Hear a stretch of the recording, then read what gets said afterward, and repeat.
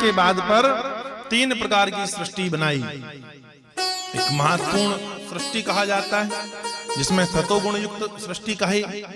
दूसरा कहा अहंकार सृष्टि, जिसमें पंचभौतिक महाभूत आ गए, छित जल पावक गगन समीरा, 5 चीजें। फिर कहा तन्मात्र वर्ग की सृष्टि की, जिसमें सब सद्गुण आ गए। कहा इंद्रियों की सृष्टि की। फिर सात्विक अहंकारों से देवता बनाया। फिर अविद्या, तम, मोह और माया बनाई। अप्रकृत सृष्टि की। कहा अप्रकृत सृष्टि मतलब कहा जैसे जब पानी गिरता है ना भाई, उसके चीजें जो पैदा हो जाती हैं। आपने देखा घास वगैरह जो है उसमें कई प्रकार से ऐसी होते हैं जो अपने आप बरसात में पहला पानी गिरा और निकल आते हैं। कहा टिड्डे वगैरह, दीमक वगैरह, ये स्वतः पानी गिरने के बाद अपने आप पैदा हो जाते हैं। अप्रकृत सृष्टि। कहा फिर कहा प्राकृतिक सृष्टि, जिसे लगाया जाता है, इसके बीज होते हैं। कहा ठीक है। उसके बाद विकृत सृष्टि। कहा विकृत सृष्टि क्या है? कहा ये ऐसी चीजें हैं इसकी आवश्यकता नहीं होती। जैसे आपके ने लोई धान और उसके साथ क्या होता है, कचड़ा अपने आप उगाता है। आप चाहते नहीं हो लेकिन वह अपने आप उग जाता है। अच्छा, कहा फिर इसके बाद में जो है वह ज्ञान सृष्टि की। फिर देव सर्ग बनाया। फिर विकृत से सर्व बनाया। फिर जो है प्राकृत की वृष्टि की। फिर कहा काल विभाजन किया। कहा काल विभाजन में क्या किया? कहा मनवंतर बनाए। कहा मनवंतर में क्या समय को बांधा। और कहा एक परमाणु बनाया। परमाणु भाग समय का कितना कहलाएगा? तो कहा सेकंड का 100वां भाग। सेकंड होता है ना आपका, उसका 100वां भाग एक परमाणु कहलाता है। फिर कहा फिर उससे बड़ा होता है अणु समय में। फिर कहा तिस्रेणु होता है। फिर त्रुटि होती है। फिर 100 त्रुटि का एक वेद होता है। फिर कहा 3 वेद का एक लव और 3 लव का एक निशेमेश, जिसे अपन निमेश कहते हैं, वह होता है। फिर 3 निमेश का एक क्षण और 15 लक्ष क्षणों का जो है एक नाड़ी होती है। ठीक है ना?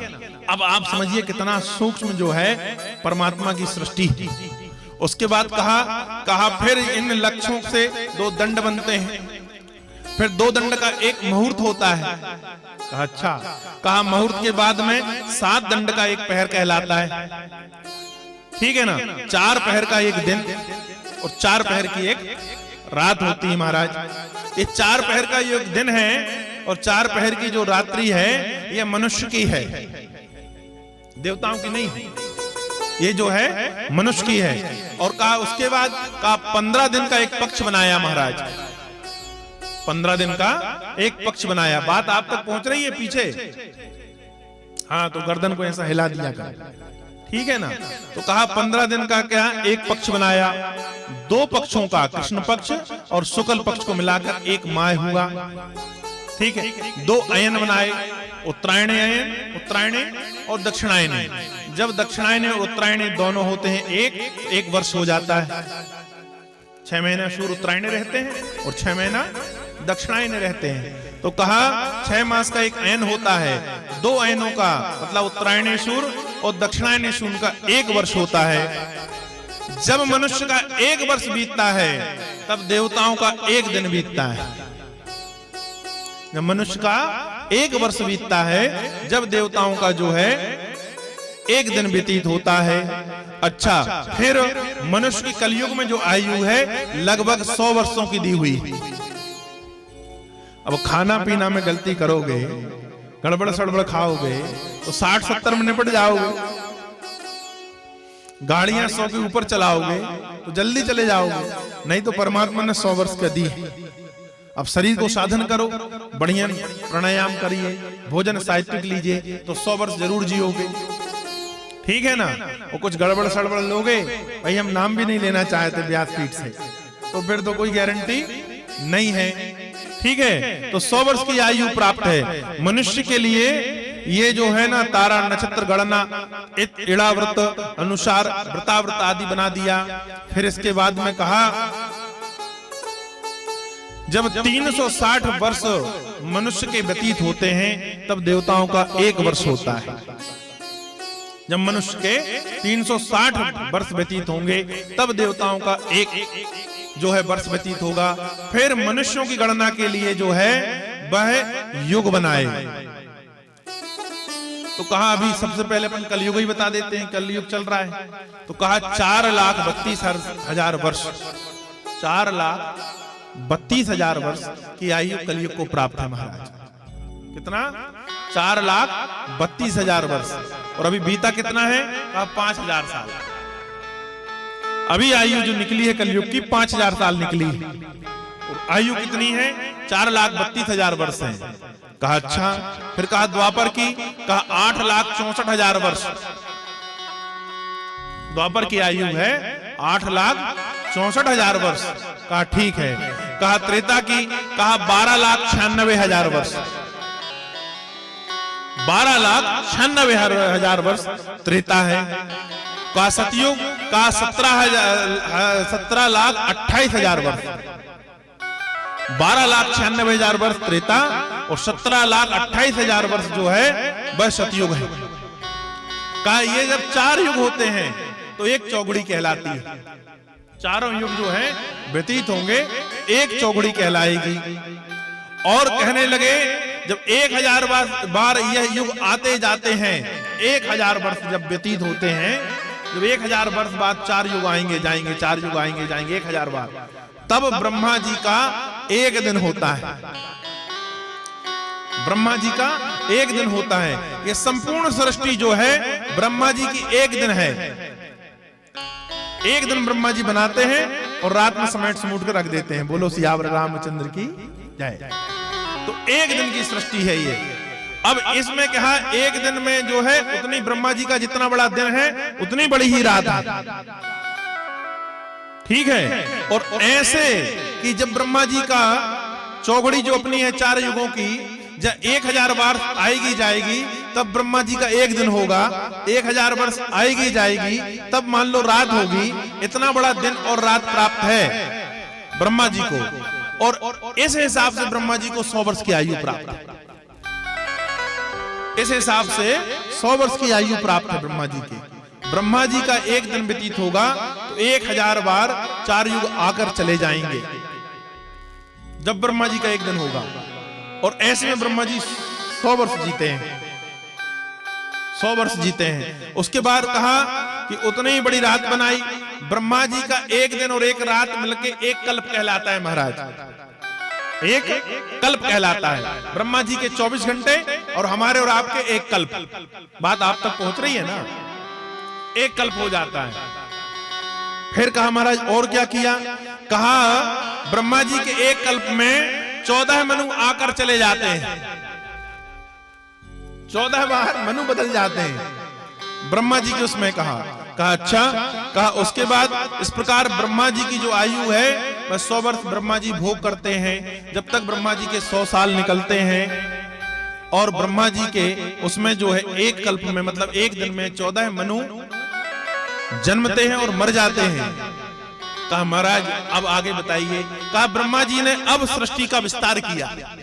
जब समय चक्र बन गया, समय की रचना हो गई, दिन और रात्रि बन गए, तब सृष्टि का और विस्तार किया। बोले आगे क्या किया?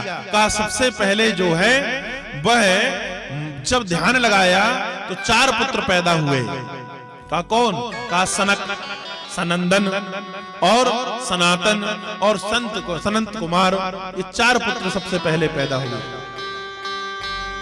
कहा ब्रह्मा जी ने कहा कि आप जो है मेरी सृष्टि पर मेरा हाथ बटाओ। तो सनातन आदि जो 4 पुत्र हैं वह हाथ जोड़कर खड़े हो गए। कहा पिताश्री अहो भाग्य हमारे जो आपसे हम पैदा हुए, ब्रह्म से पैदा होने का सौभाग्य प्राप्त हुआ और आप हमें कहां फंसा रहे हो? हमें तो नारायण की भक्ति करने दो। कहा ऐसा कह के जब बस जाने लगे तो हल्का सा ब्रह्मा को क्या क्रोध आया कि पहली ही संतान वो भक्ति के लिए निकल गई तो भौहें टेढ़ी हुई। तब रुद्र पैदा हुए। तब जो है रुद्र पैदा हुए। महादेव का जो रुद्र स्वरूप है ना, महादेव जी का जो रुद्र एक अवतार है, वो ब्रह्मा जी के भ्रगुटियों के बीच मध्य से, जहां हमारा आज्ञा चक्र होता है, जहां हम लोग तिलक लगाते हैं, ठीक है ना, वहां से रुद्र पैदा हुए। कहा रुद्र देवता पैदा हुए, और रुद्र देवता ने पैदा हुए होते क्या किया? कहा निरशंतम प्रथम मुखम बाणी तातो भवेत जायतो बाणश्यम बहिरो नासो प्राणहंतम यो यो यो।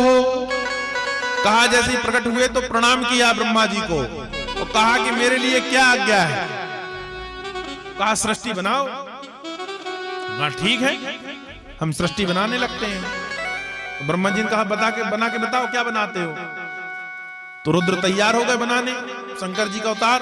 तो बिच्छू बनाए, ततैया बनाए, सांप बनाए, गोहेरा बनाए, जितने जहरीले जानवर हैं सब बनाने लगे।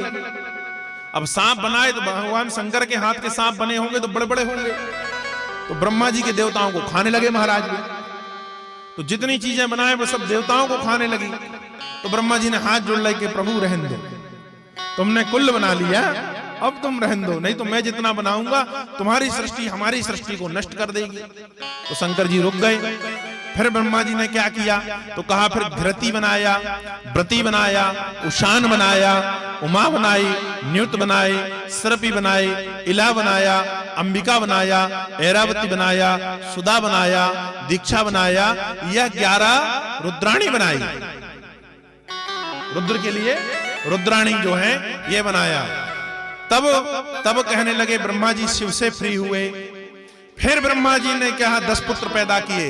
उन 10 पुत्रों में सबसे बड़े हैं मारीची का, फिर पर दूसरा अत्रि है का, तीसरा अंगिरा है, चौथा पुलस्थ है, फिर पुलह है, फिर क्रतु है, फिर भृगु है, फिर वशिष्ठ है, फिर दक्ष है, और फिर नारद है। 10 पुत्रों में सबसे छोटे नारद हैं। इनसे ब्रह्मा जी का मानस पुत्र भी कहते हैं। इनसे क्या हुआ? कहा सिर्फ नारद ने जो है वह हाथ जोड़कर प्रार्थना कर ली कि प्रभु मेरा यह जन्म जो है वह भक्ति के लिए हुआ है। बाकी ने पिता की आज्ञा सिरोधार कर ली। कहा पिताश्री आपकी यदि आज्ञा है तो हम सृष्टि के उपक्रम में, सृष्टि निर्माण में आपकी सहायता करेंगे, उसके साथ ही भगवान की भक्ति भी करते रहेंगे। कहा ठीक है। इन पुत्रों के बाद पर जो है फिर स्थन से धर्म निकला महाराज, हृदय से, ब्रह्मा जी के हृदय से धर्म की उत्पत्ति हुई है। और कहा अधर्म की, भाई धर्म और अधर्म का जोड़ा है, तो कहा पीठ से, ब्रह्मा जी की पीठ जो है वहां से अधर्म निकला।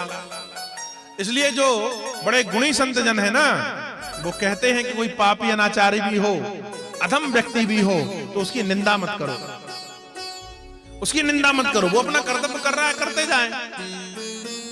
का तुम क्यों जो है न्यायाधीश बन जाते हो?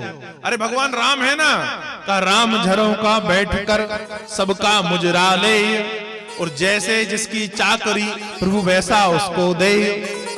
अरे जो जैसा करेगा भरेगा। हम न्यायाधीश क्यों बने? क्यों निंदा नहीं करना चाहिए? का अधम भी भगवान की पीठ ही है, अधम है ना भगवान की पीठ है। का उसके बाद का हृदय भाग से ही काम निकला, भौहें थोड़ी सी टेढ़ी हुई तो क्रोध की उत्पत्ति हुई। कहा नीचे के ओंठ से लोभ निकला, और वाणी से जो है सरस्वती का प्रादुर्भाव हुआ, भगवती सरस्वती पैदा हुई। ये ब्रह्मा जी की सृष्टि है, ब्रह्मा जी से पैदा हो रहे हैं। फिर कहा गुदा मार्ग से पाप निकला।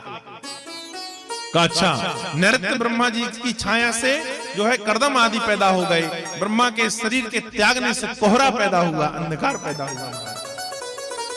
कहा ब्रह्मा जी के नए शरीर से दक्षिण भाग से जो है वह मनु, शंभु भनु महाराज उत्पन्न हुए, और बाएं भाग से महारानी शत्रुपा पैदा हुई।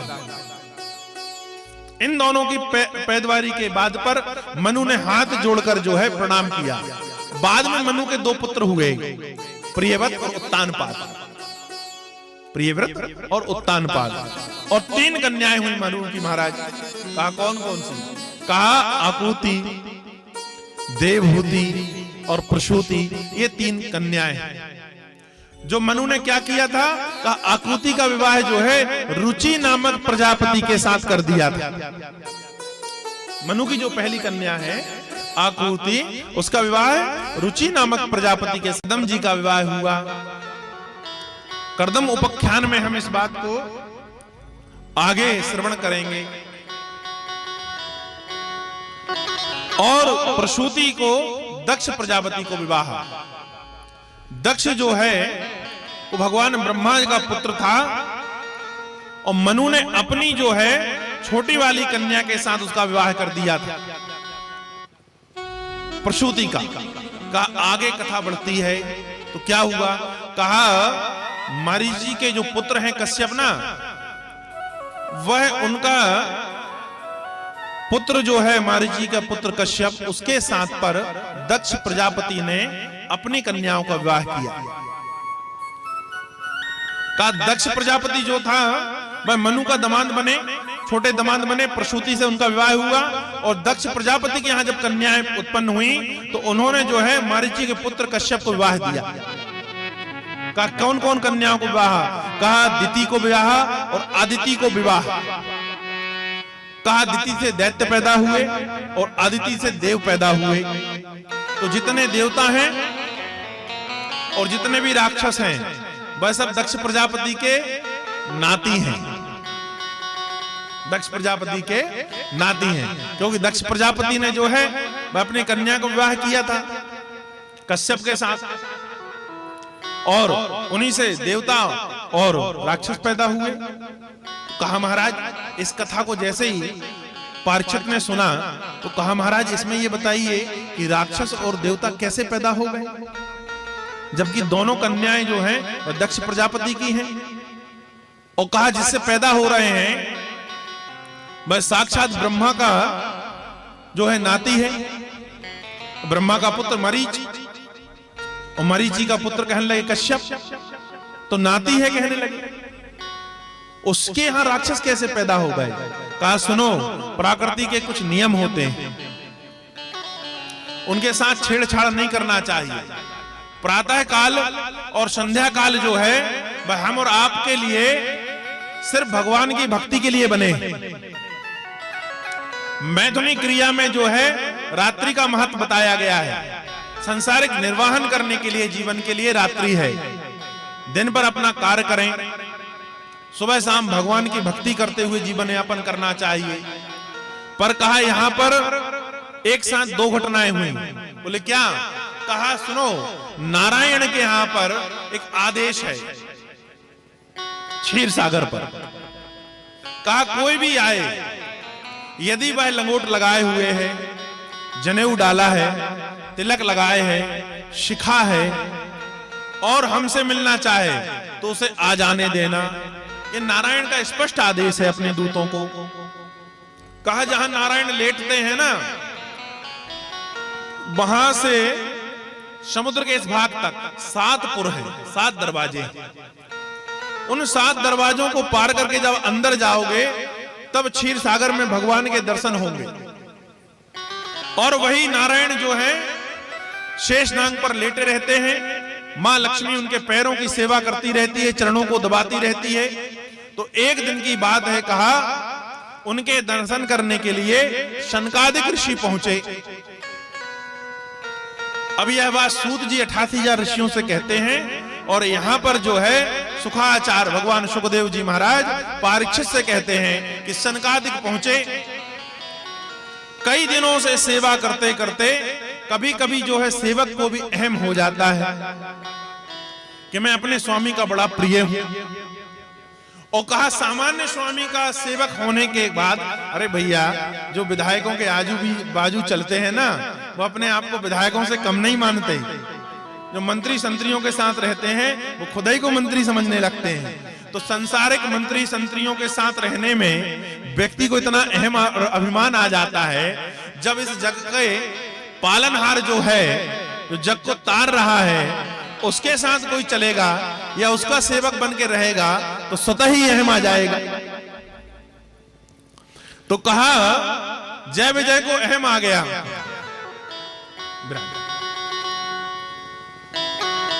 बोलिए कृष्ण भगवान की जय हो। तो जय विजय सोचने लगे हम तो भगवान के पार्षद हैं, भगवान के अंग रक्षक हैं। ये थोड़ा सा अहम आ गया किंचित। और नारायण की एक जो है सबसे बड़ा जो है नारायण का प्रसाद समझ लीजिए, या भगवान के अपने भक्तों के ऊपर जो कृपा करते हैं उसमें सबसे बड़ी कृपा यह है कि नारायण अपने भक्तों के ऊपर अहम नहीं आने देते। भगवान ने यह कहा है कि जो अहम है वह मेरा भोजन है। और जब परमात्मा ने देखा कि मेरे ही पार्षदों के ऊपर अहम आ गया कि हम तो नारायण के पार्षद हैं, तो कहा ठीक है इसकी व्यवस्था भी हो जाएगी। उसी समय सनकादिक पहुंचे और सनकादिक 7 पुरों को पार करके जब वैकुंठ में प्रवेश किया तो जय विजय ने सनकादिकों को रोक दिया। कहा रुको महाराज, आप अंदर नहीं जा सकते। कहा क्यों? कहा भी नारायण शयन कर रहे हैं, हम पहले सूचना देकर आएंगे फिर आप लोग जाना। सनकादिकों ने प्रार्थना की। क्या कहा? कहा ऐरक्षतम चतुर्युक्तम दत्तिम पृष्ठ विराटशो विष्णु सेवार्थ दर्शनार्थम दिशो त्रियन्ति विराटः त्वं से मुखम मेधो दादं तुम मया। कहा पार्षदगण हम तो सिर्फ सेवा भाव से आए हैं और भगवान के दर्शन करके लौट जाएंगे, हमें अंदर प्रवेश करने दिया जाए। दूसरी बात, हमने तो सुना है कि वैकुंठ में जो भगवान के दर्शन के लिए आते हैं उनका आदेश है कि यदि लंगोटी लगी हुई हो, जनेऊ धारण किए हुए हो, मस्तिष्क में तिलक हो, शिखा हो, रुद्राक्ष या तुलसी की माला हो, तो ऐसे व्यक्तियों को कभी नहीं रोकना चाहिए। कहा अच्छा। कहा लेकिन फिर भी रुको। जब बहुत अनुनय विनय करने के बाद भी सनकादिकों को अंदर प्रवेश नहीं मिला तो सनकादिकों को क्रोध आ गया और सनकादिकों ने श्राप दे दिया कि तुम दैत्यों जैसा हट कर रहे हो, जाओ तुम 3 जन्म दैत्य हो जाओ, जाओ तुम 3 जन्म दैत्य हो जाओ। जब सनकादिकों ने श्राप दिया तो कोलाहल बस जय और विजय पैरों पर गिर गए। कहा महाराज उद्धार कैसे होगा, महाराज हमें क्षमा कर दीजिए। इस प्रकार बात कर ही रहे थे और यह बातों का जो शब्द है या जो आवाज है वह नारायण के कानों तक पड़ी और नारायण अंदर से निकल कर आए। देखा तो सनकादिक रुके हुए हैं, जय विजय उनके पैरों में पड़े हुए हैं। प्रभु ने प्रणाम किया, भगवान को देखकर जय विजय खड़े हो गए। सनकादिकों से भगवान ने कहा कि क्या बात हो गई? कहा प्रभु हम आपके जो हैं दर्शन करने के लिए आए थे, इन्होंने हमें अंदर प्रवेश नहीं दिया, अंदर आने नहीं दिया, महाराज हमने इनको श्राप दे दिया है। कहा क्या श्राप दिया?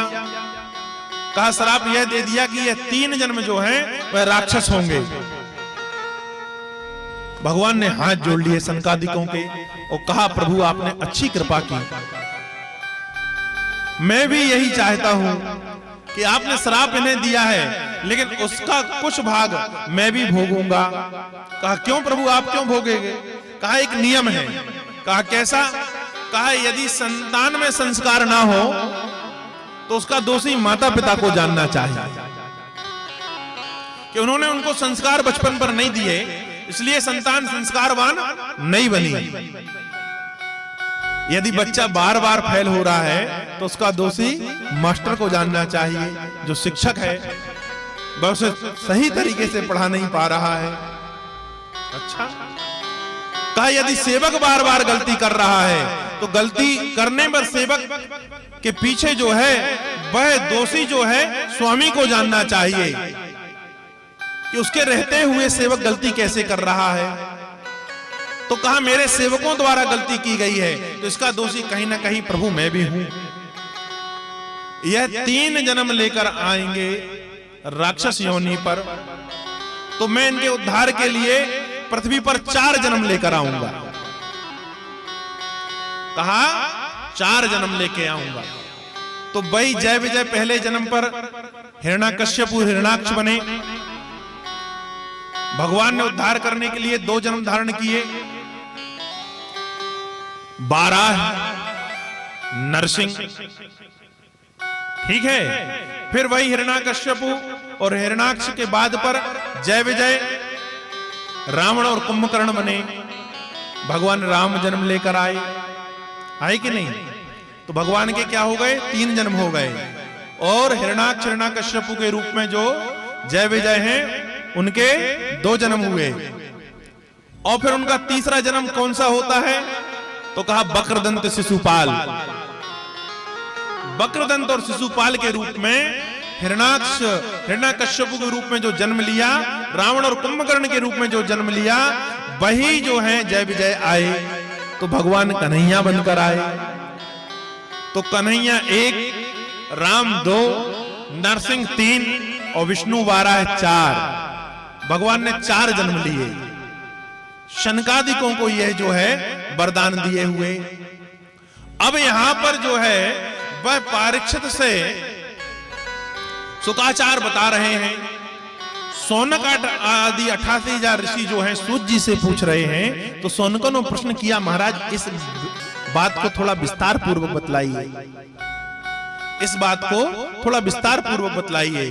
तो प्रभु कहने लगे, कहा विष्णु गत्यम चरणाम नेताम नाड़ीद्यद लोहिताम क्षणा भयम मुदरम शिशो नात्य हृदम मनसा तिष्ठति। कहा जो अदिति और दिति थी, दक्ष राजा की कन्या थी, जो कश्यप के साथ विवाहित थी, एक दिन जो है दिति ने हठ किया। संध्या का समय था और वह पति के साथ पर एकचित होना चाह रही थी, पर कश्यप ने मना किया कि यह शाम का समय है देवी, इस समय संध्या उपासना करना चाहिए।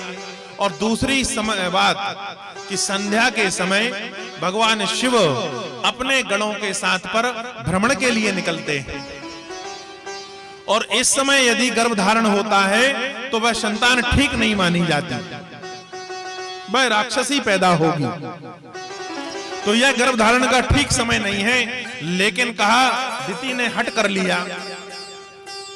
कहा मेरी जो बहन है अदिति, उससे जो पैदा हो रहे हैं देवता, उनको बलिष्ठ ही परेशान कर सकता है, या बलिष्ठ व्यक्ति ही उन्हें परास्त कर सकता है। इसलिए मेरी संतान जो है भले राक्षस हो जाएं, पर बलिष्ठ होना चाहिए महाराज। यह मन पर भाव करके जब हट किया तो कहा उन्हीं के गर्भ से जय विजय ने जो है पहला जन्म लिया, हिरण्याक्ष और हिरण्याकश्यपु के रूप में।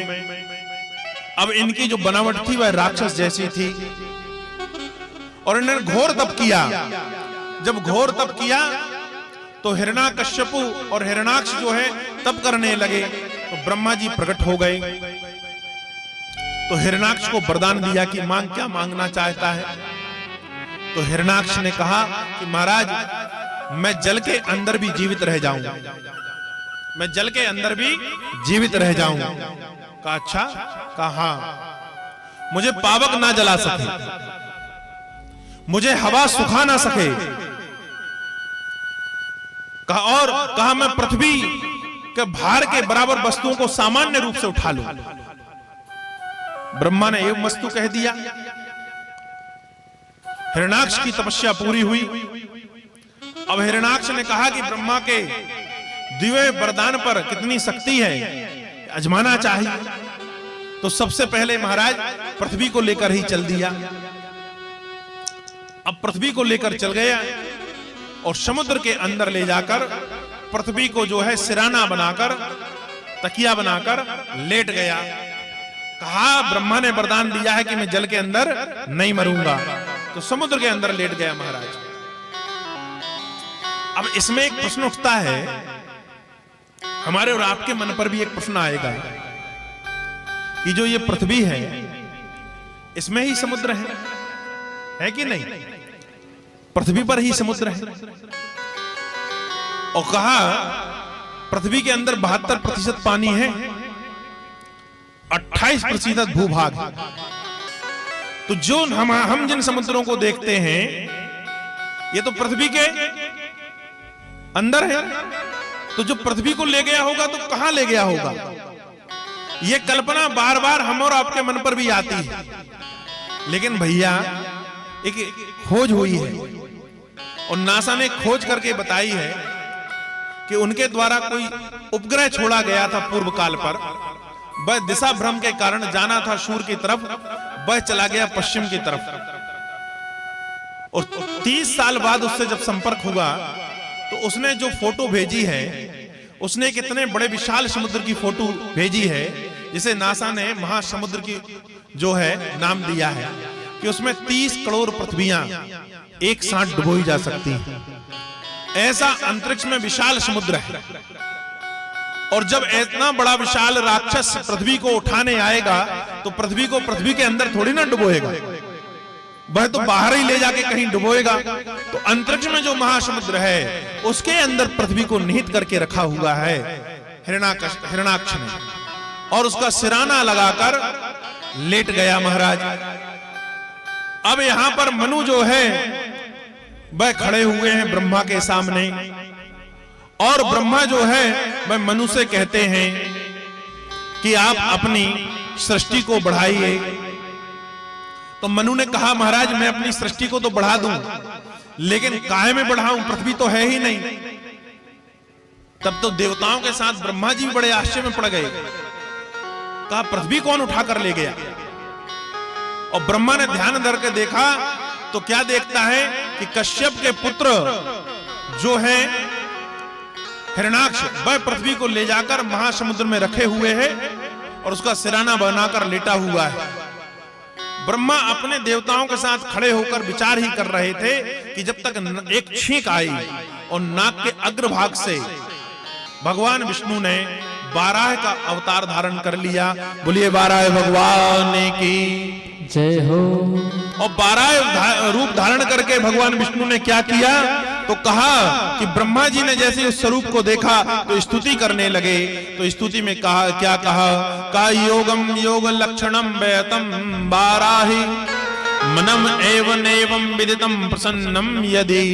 हे प्रभु आप प्रसन्न होइए, आप मुझे साक्षात नारायण के जो है वह अवतार लग रहे हो। तो बाराह भगवान प्रसन्न हो गए और बाराह भगवान ने कहा कि जो तुम्हारी मन की कल्पना चल रही है ब्रह्मा, कि तुम्हारे द्वारा जो पृथ्वी बनाई गई है उसे कोई चुरा कर ले गया है, मैं उसे लेकर आऊंगा। कहा मैं उसे लेकर आऊंगा। तो कहा ठीक है। तो लेने गए तो कहा जाता है 1000 वर्ष तक बाराह भगवान का और हिरण्याक्ष का जो है युद्ध हुआ। बाराह भगवान ने पृथ्वी को अपने जो है वह दांतों के ऊपर रखा और यहां पर रखने के बाद पृथ्वी को हिरण्याक्ष का वध किया। हिरण्याक्ष का वध हो गया। हिरण्याक्ष को वध करने के बाद भगवान ऊपर आए, आकर पृथ्वी को रखा। पृथ्वी को रखते समय उनके बालों से जो जल पृथ्वी पर गिरा है उससे कुशा की उत्पत्ति हुई है महाराज। भगवान के बालों से जो जल गिरा है इसलिए वह जल जो बालों से नीचे टपका पृथ्वी पर, उससे कुशा की उत्पत्ति हुई, इसलिए कुशा पवित्र माना जाता है। भगवान बाराह के जो है वह सिर के जल की बूंदें हैं। पृथ्वी को स्थापित किया। पृथ्वी के स्थापित होने के बाद ब्रह्मा आदि द्वारा स्तुति की गई, भगवान अंतर्ध्यान हो गए। तब मनु से ब्रह्मा ने कहा कि अब अपनी सृष्टि को आप आगे बढ़ाइए और मैथुनी सृष्टि जो है वह उत्पन्न करिए। यहां पर आगे बढ़ा। ब्रह्मा जी की सृष्टि में अहंकार, साहित्यिक, रजस, तमस ये पैदा हुए। फिर जांग से राक्षस पैदा हुए महाराज। फिर बुद्धि और कुबुद्धि दोनों पैदा हुई। फिर उसके बाद में जमाई ली ब्रह्मा जी ने तो निद्रा पैदा हुई। उसके बाद तमस जो है ब्रह्मा जी की सृष्टि मनु के रूप में आगे बढ़ती है और आगे बढ़ी तो जो है जो कर्दम का विवाह है, अभी थोड़ी देर आगे पहले हमने बताया था कि देवहूति से हुआ था। तो कर्दम जो है कि 9 कन्याएं पैदा हुई महाराज। कर्दम ऋषि की 9 कन्याएं पैदा हुई।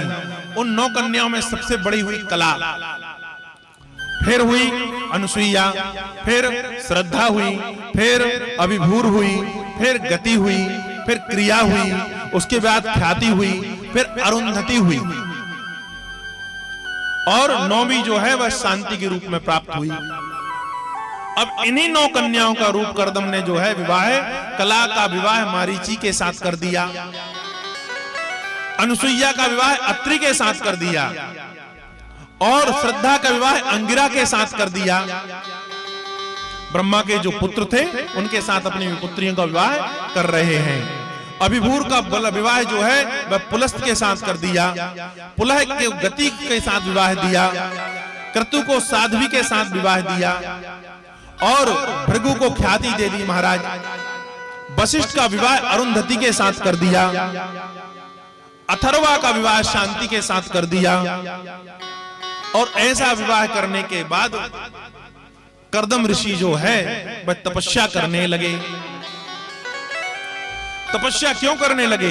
कहा कि कर्दम ऋषि ने मन में यह विचार किया कि मेरे यहाँ जो कन्या है मैं उनको ऋषियों को दे चुका हूँ, लेकिन मेरे यहाँ पर उद्धार करने के लिए एक पुत्र भी पैदा होना चाहिए, और पुत्र कौन हो? मैं तपस्या करूंगा तो स्वयं साक्षात नारायण मेरे यहाँ पर पैदा होने चाहिए।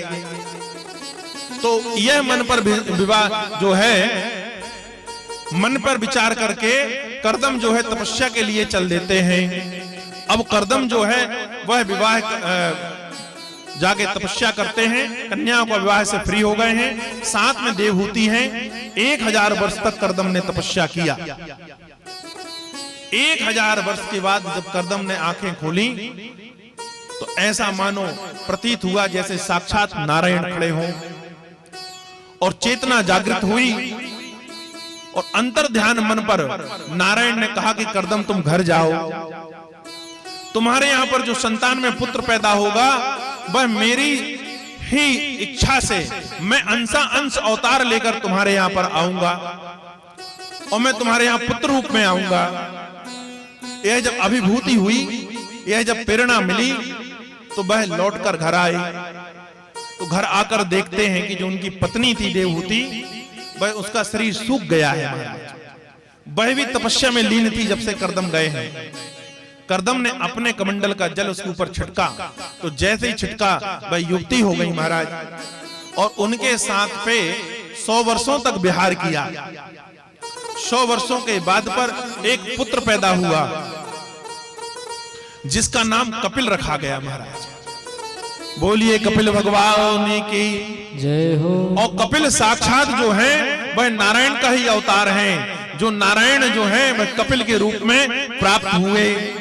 कहा जाता है क्या कि दिव्यमानंतम ते कपिलः प्रेतम कुसुमावृष्टियः मनुष्यम वृष्टम जुगजान्याता ते कपिला भूभागः। वह कपिल जो है साक्षात नारायण के रूप में आए, और नारायण के रूप में जैसे ही कपिल आए, कपिल का दर्शन कर्दम ने किया। कर्दम ने कहा अब मेरे यहाँ पुत्र आ गए, और साक्षात भगवान नारायण आ गए। यह सोचकर कपिल ने एक दिन जो है रात्रि के समय पर बिना देवहूति को बताए हुए और बिना अपने पुत्र को बताए हुए वह जो है जंगल पर चले जाते हैं। अब तपस्या करना चाहिए। उनके जाने के बाद पर देवहूति की जो मन की गति थी वह बेवल उहल उठी। अनेक प्रकार से अपने आप को समझाती हैं पर समझा नहीं पाती हैं। तब कहा जाता है कि कपिल ने सांख्य शास्त्र का उपदेश सबसे पहले अपनी माता को दिया और कहा माता यहां पर तो सब प्रभु की इच्छा है, जैसा भगवान करते हैं वैसा ही होता है, तो तुम्हें तो यह सोचना चाहिए कि यह सब भगवान की इच्छा है और ऐसा सोचकर आप सब तपस्या में लीन हो जाएं। और यही उपदेश के बाद में देवहूति तपस्या में लीन हो गई। धीरे धीरे जो है योग अग्नि के द्वारा अपने शरीर को भगवान में नीत कर देती हैं। बोलिए कर्दम ऋषि भगवान की जय। आगे सूत जी महाराज बतलाते हैं 88,000 ऋषियों से कि प्रजापति रुचि जो थे इनसे आकृति से एक पुत्र पैदा हुआ और एक पुत्री पैदा हुई। वह पुत्र को जो है मनु ने रख लिया महाराज। वही पुत्र जो है यज्ञ नारायण कहलाए। और जो पुत्री पैदा थी जो प्रजापति अपने पास रखे हुए थे उनका नाम दक्षिणा हुआ। बाद में समय आने पर इनका विवाह कर दिया गया। इसलिए जब आप लोग यज्ञ करावें या यजन करावें या हवन करावें तो ब्राह्मणों को दक्षिणा जरूर देना चाहिए, क्योंकि यज्ञ जो है साक्षात नारायण है और दक्षिणा उनकी पत्नी है। जब तक दक्षिणा उन्हें नहीं दोगे तब तक यज्ञ जो है सफल नहीं माना जाता महाराज। इसलिए यज्ञ कराने में ब्राह्मणों को दक्षिणा अवश्य दी जाती है, चाहे वह हवनात्मक यज्ञ हो या ज्ञानात्मक यज्ञ हो। दक्षिणा का बड़ा महत्व है। फिर इसके बाद में कहा कि यज्ञ और दक्षिणा से 12 पुत्र पैदा हुए। उनमें प्रतोष, संतोष, भद्र, शांति, इड स्थपति और कवि, विभु, स्वाहा, सुखदेव, रोचन आदि हुए महाराज। ये सभी तोषित देवता कहलाने, जो पोषण प्रदान करते हैं उन्हें तोषित देवता कहा जाता है। ये सब वह हुए। बोला फिर आगे का कर्दम कन्याओं का वंश वर्णन सुनिए।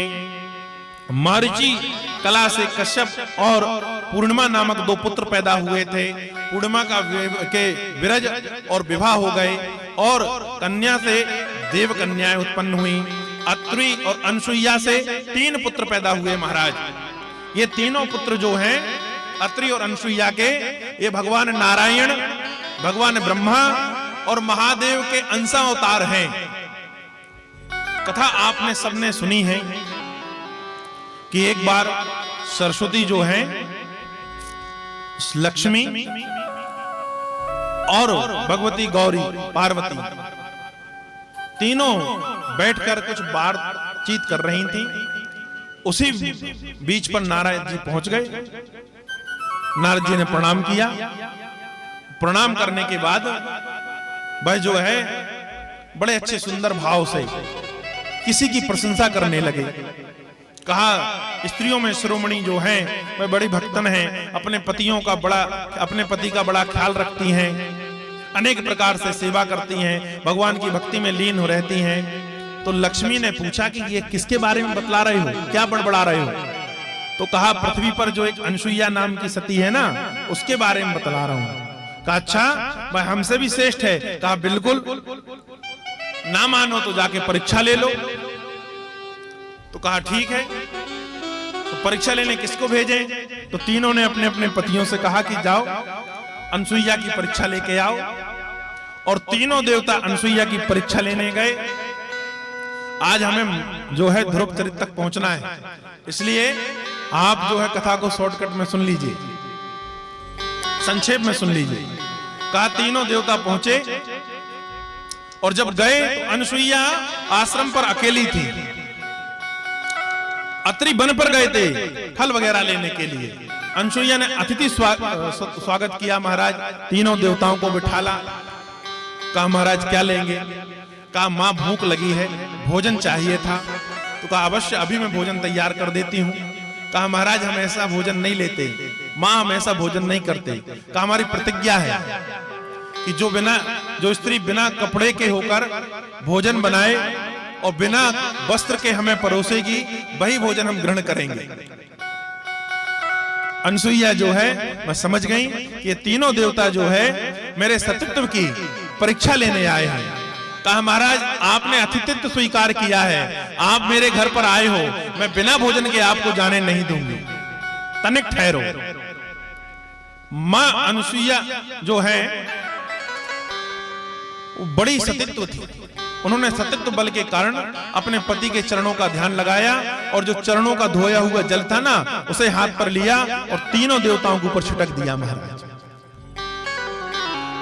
सतियों में जो बड़ा सतीत्व होता है उसका बल देखिए। साक्षात नारायण, साक्षात ब्रह्मा जो सृष्टि का निर्माता है, जो संहारक है शिव, उनको बालक बना लिया, उनको छोटे छोटे बालक बना लिया तीनों को। और तीनों को गोद में लेकर दूध का पान कराया और 3 पालने डाल दिए और तीनों पालनों में तीनों को लिटा दिया और अनसुईया झुला रही है। इतने में अत्रि आए। अत्रि ने कहा देवी ये किसके बालक उठा लाई? कहा महाराज ये अपने ही बालक है।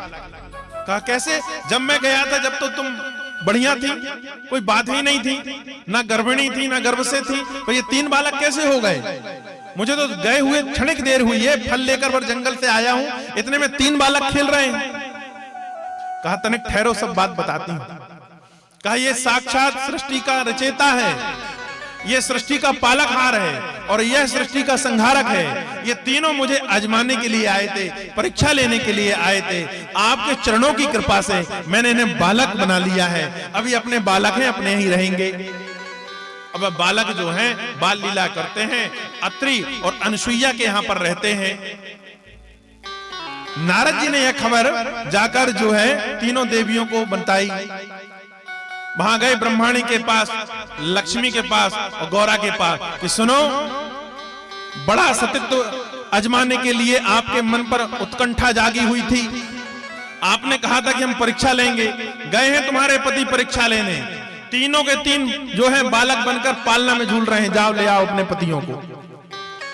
नारद की बात सुनकर तीनों जो देवियां इकट्ठी हुई, कहा चलो अनसुईया के आश्रम चलते हैं, देखते हैं नारद जो कह रहा है वह बात सही है कि नहीं। तो दूसरे ने कहा कि देवी बात सही होगी, बहुत दिन हो गए हैं, हमारे पति लौटकर ही नहीं आए। तो कहा यदि बालक बन गए होंगे तो क्या करेंगे? कहा जैसा भी होगा चल के तो देखें। गई तीनों देवियां, अनसुईया को प्रणाम किया। अत्रि ध्यान पर बैठे थे। अत्रि ने आंख खोली, अनसुईया से कहा कि कौन आया है? कहा बहुएं आई हैं, बहुएं। कहा बहुएं आई हैं। कहा ये तीनों जो बालक है ना, इनकी पत्नियां हैं। अत्रि महाराज सिर खुजाने लगे। बालक 6-6 महीना के, बहुएं लंबी चौड़ी महाराज। कहा बहुएं बड़ी बड़ी हैं? कहा ऐसे ही होता है महाराज। कहा ठीक है। तीनों देवियों ने प्रणाम किया अत्रि को, अनसुईया को प्रणाम किया। कहा मां, हमसे गलती हो गई, हमने तुम्हें आजमाने का जो मन पर विचार लाया उसका हमें दंड मिला है कि बहुत दिन से हमारे पति हमारे घर नहीं पहुंचे। मां, इन्हें हमें प्रदान कर दिए जाएं। तो अनसुईया मुस्कुराने लगी और कहा ठीक है, अपने अपने पतियों को उठा लो, ले जा लो। अब ब्रह्माणी देखे, तीनों देखने में एक से, तीनों देखने में एक से। ब्रह्मा भी उतना ही बड़ा है, 6 महीने का बालक। विष्णु भी उतना ही बड़ा है, 6 महीने का बालक। और शिव भी जो है 6 महीने के बालक हैं। ब्रह्माणी ने सोचा मेरा बालक है तो 5 मुख थे। ब्रह्मा के पहले 5 मुख थे, 5 मुख थे। अब पता नहीं है, ये तो एक ही एक मुख वाले हैं, मेरा वाला कौन सा है? धोखे से भगवान विष्णु को उठा लिया तो गड़बड़ हो जाएगा। तो ब्रह्माणी पीछे हट गई महाराज। लक्ष्मी से कहा तुम पहचानो, तुमने तो बहुत चरण सेवा की है, तुम बैठी रहती हो पैर दबाने, तो शायद पैर के तरफ से पहचान जाओ, अपने पति को उठा लो। लक्ष्मी आगे बढ़ी, तीनों का मुख देखा एक सा, तीनों के पैरों को देखा एक सा। लक्ष्मी पीछे हो गई कि मैं नहीं पहचान पा रही, मेरा पति 4 हाथ वाला है। पता चला शिव को उठा लिया या ब्रह्मा को उठा लिया तो गड़बड़ हो जाएगा। यहां तो सब 2-2 हाथ वाले लेटे हुए हैं।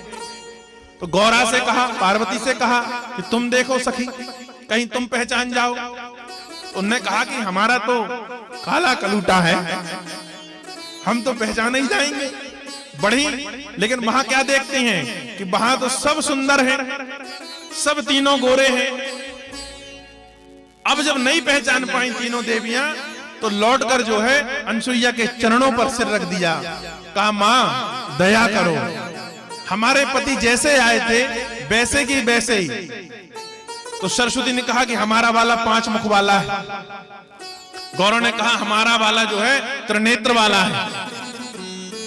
लक्ष्मी ने कहा हमारे वाले के 4 हाथ हैं, वैसे ही बना कर दे दो मां। कहा ठीक है। अनसुईया को दया आ गई, अपने पति के चरणों का जल लिया और तीनों देवताओं पर छिड़क दिया। तीनों जैसे थे वैसे बन गए। बोलिए अनसुईया देवी की जय हो। तीनों देवता अपने रूप में आ गए। तीनों देवताओं ने अत्रि और अनसुईया को प्रणाम किया। कहा वर मांग लो, वर मांग लो। तो अनसुईया ने मुस्कुराते हुए कहा कि तनिक देर पहले तुम हमारे बेटा थे, हमने सीने से लगाकर तुमको दूध का पान कराया है, तुमसे वर क्या मांगे। कहा मां इसलिए हम तुम्हें वर देना चाहते हैं कि जिस प्रकार हम जब से पैदा हुए हैं, कहा शंकर जी ने कहा मैं तो आदि हूं, अनादि हूं, अनंत हूं, अखंड हूं, अभेद हूं, मैंने तो कभी मां का प्रेम पाया ही नहीं। ब्रह्मा ने कहा मैं भी नाल से पैदा हुआ हूं, मैं भी कमल नाल से पैदा हुआ हूं, मैंने भी मां का प्रेम नहीं पाया।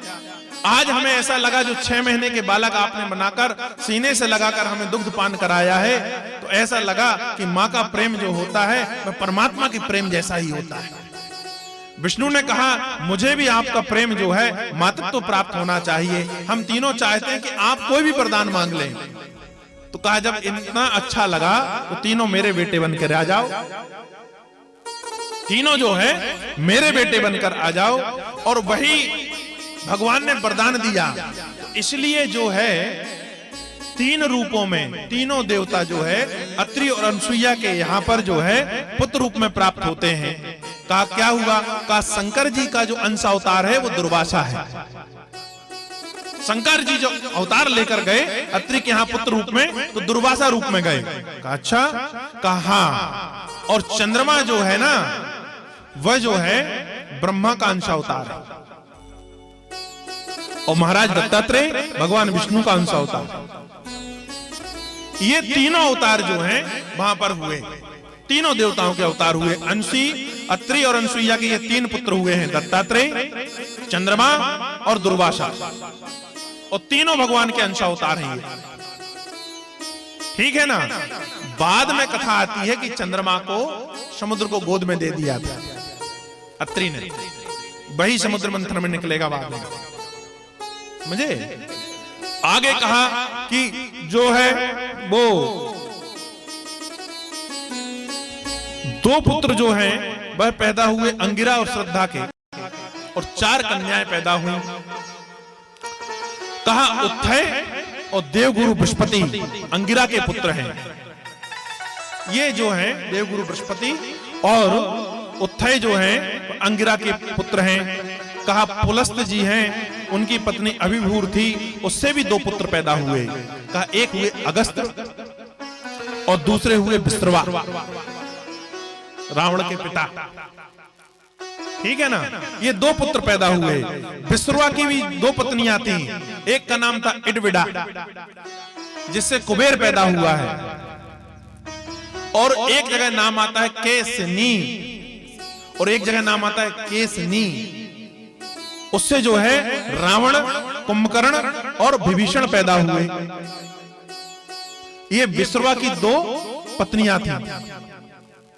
कहा महाराज पुलह ने जो है वह गति से 3 पुत्र पैदा किए, कर्मश्रेष्ठ, बरियान और सही विष्णु।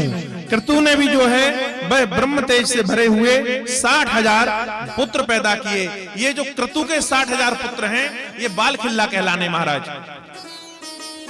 ये बाल खिल्ला जो है सूर्य की प्रभा के साथ रहते हैं। जो सूर्य जब उदय होता है ना, तो सूर्य के साथ आपने देखा जो लाल लाल रंग की प्रभा निकलती है, वही बाल खिल्लाओं का स्थान है। बस सूर्य के साथ ही भ्रमण करते हैं और सूर्य के साथ ही लौटते हैं।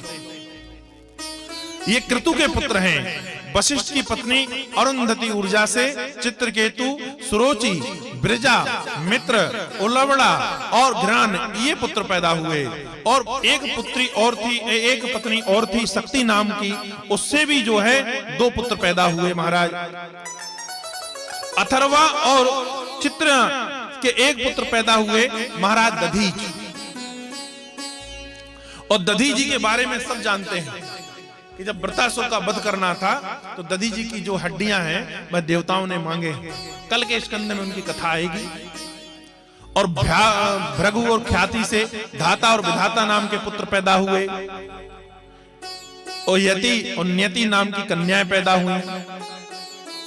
ठीक है, अब इसके बाद पर कर्दम जो है जो है वंश वर्णन आता है कि कर्दम की कन्याएं जो हैं वह दक्ष प्रजापति के साथ विवाह दी गई थी। उनकी जो है सुंदर 16 कन्याएं उत्पन्न हुई। ये पहले हुए, फिर 60 कन्याएं दक्ष प्रजापति की बाद में पैदा होंगी। अभी 16 कन्याएं पैदा हुई। उन 16 कन्याओं में से 13 कन्या एक साथ जो है दक्ष प्रजापति ने जो है वह धर्म को विवाह दी। वह धर्म को विवाह दी। धर्म का विवाह हो गया, और जो धर्म को विवाही गई थी उनमें सबसे बड़ी श्रद्धा थी, फिर मैत्री थी, फिर दया थी, फिर शांति थी, फिर तुष्टि थी, फिर पुष्टि थी, फिर क्रिया थी, फिर उन्नति थी, वृद्धि थी, मेधा थी, तितिक्षा थी, हिरिम थी और मूर्ति थी। ये 13 कन्याएं धर्म को विवाह दी। एक कन्या पितृगणों को विवाह दी, एक अग्नि को विवाह दी, और एक कन्या जो है वह कन्या जब उत्पन्न हुई थी तो उसके बारे में कहा जाता है कि दक्ष प्रजापति को 10,000 वर्ष तक तपस्या करनी पड़ी। क्यों?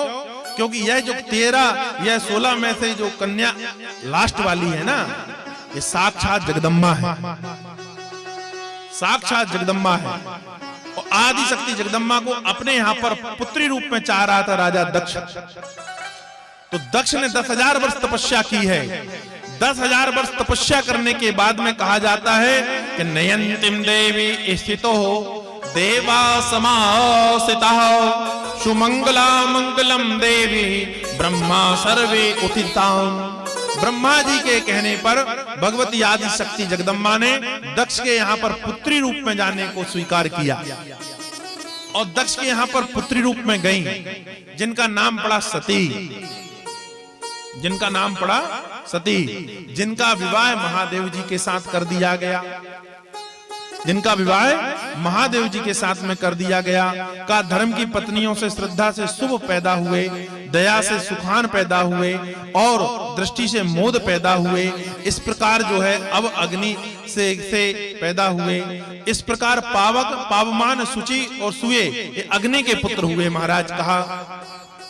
और जो पितरों को विवाही थी ना, उनसे जो है सबसे पहला पुत्र अनिसुष्ठा पैदा हुआ, जो पितरों का पुत्र कहलाता है। फिर बहिर्सुष्ठा पैदा हुआ, फिर सोमपाय पैदा हुए, फिर जबपाय पैदा हुए, और 2 कन्याएं पैदा हुई, धारणी और वायुना। ये पितृ कन्याएं कहलानी महाराज। अब यहाँ पर सूत जी महाराज जो हैं वह प्रश्न करने लगते हैं कि तनिक ठहरिए महाराज, महादेव का और सती का जो विवाह हुआ था उस प्रसंग को मुझे थोड़ा विस्तार पूर्वक बतलाइए। सूत जी से सौनक आदि ऋषि कहते हैं कि योगम क्रियाम ते महादेवा बुद्धि सूर्य सतयाम मेधा सती विवाह तुम क्षयंती से सिनह। जो सती का विवाह महादेव जी के साथ हुआ उसको मैं समझना चाहता हूं महाराज, कि सती का विवाह जो है महादेव के साथ कैसे हो गया। कहा ठीक है। वह तो कहने लगे भैया ऐसा है कि प्रभु की कृपा है, जैसा प्रभु चाहते हैं वैसी सृष्टि चलती है। कहा कैसे? कहा महादेव जी तो यह कहते रहते हैं सदा कि हम तुम्हारे थे प्रभु जी तुम हमारे हो, हम तुम्हारे थे प्रभु जी तुम हमारे हो।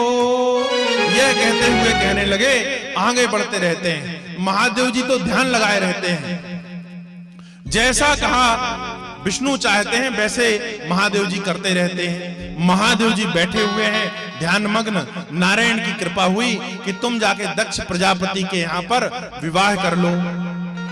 कहा ठीक है विवाह कर लेंगे। नारायण जो है कि इच्छा से नारद गए और दक्ष प्रजापति को बतलाए। कहा कि जाके शिव के साथ में अपनी सती नाम की कन्या का विवाह कर दो। सती का जन्म शिव के लिए ही हुआ है। कहा ठीक है। दक्ष प्रजापति ने विवाह जो है सती का भगवान महादेव के साथ कर दिया। सती विवाह गई। सती विवाहने के बाद पर महादेव जी के साथ पर रहने लगी। अब यहां पर जब विवाह हो गया इनसे कोई संतान उत्पन्न नहीं हुई। का सती ने जो है भगवान की परीक्षा ली। कथा सब आप जानते हैं, रामायण के अंतर्गत है। जब परीक्षा ली और भगवान महादेव ने सती का त्यागन कर दिया। जब त्याग दिया 88,000 वर्ष तक जो है वह शंभु ने समाधि लगा ली। सती सामने बैठी रही। और जब समाधि तब खुली जब दक्ष के यहां पर यज्ञ रचा गया और यज्ञ में जाने के लिए हट करने लगती हैं सती, तो भगवान अपने गणों के साथ भेज देते हैं।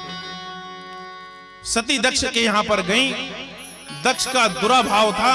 क्या दुराभाव था? कहा कि शिव ने एक बार अनजाने पर, देवताओं की सभा हो रही थी, दक्ष प्रजापति को जो है वह प्रजापति पद प्राप्त हो गया था दक्ष को, उसकी सभा रखी हुई थी। वहां महादेव बैठे हुए थे, सारे देवता बैठे हुए थे। वहां दक्ष आए, भगवान ध्यान नहीं दे पाए, सब देवता खड़े हो गए दक्ष के लिए, भगवान महादेव खड़े नहीं हुए।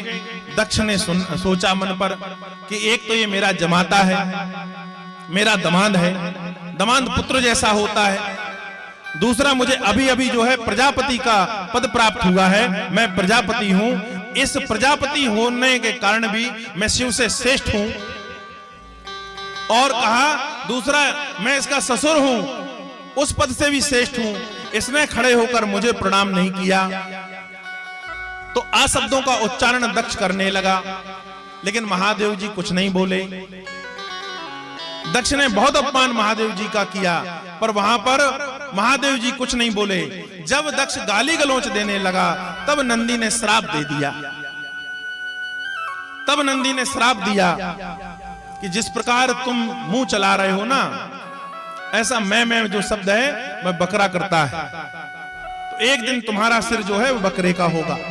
ये नंदी का श्राप। इसलिए जब गर्दन कटी दक्ष की तो बकरे का ही लगाया गया, समझे? तो ये नंदी ने श्राप दिया।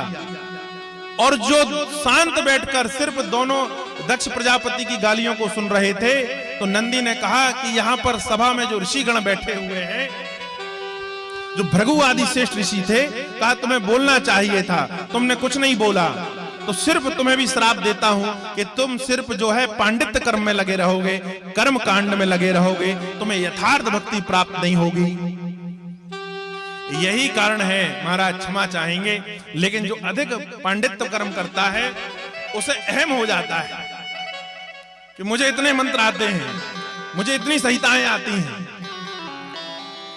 एक बार क्या हुआ कि कोई संत थे, वह काशी में निवास करें, तो काशी में सभी पंडित लोग रहते हैं, तो उन्होंने एक दिन आमोद प्रमोद में कह दिया कि काशी के सारे पंडित मूर्ख हैं। तो दूसरे दिन महाराज पूरे पंडित जो हैं लठ लेके पहुंच गए संत के पास।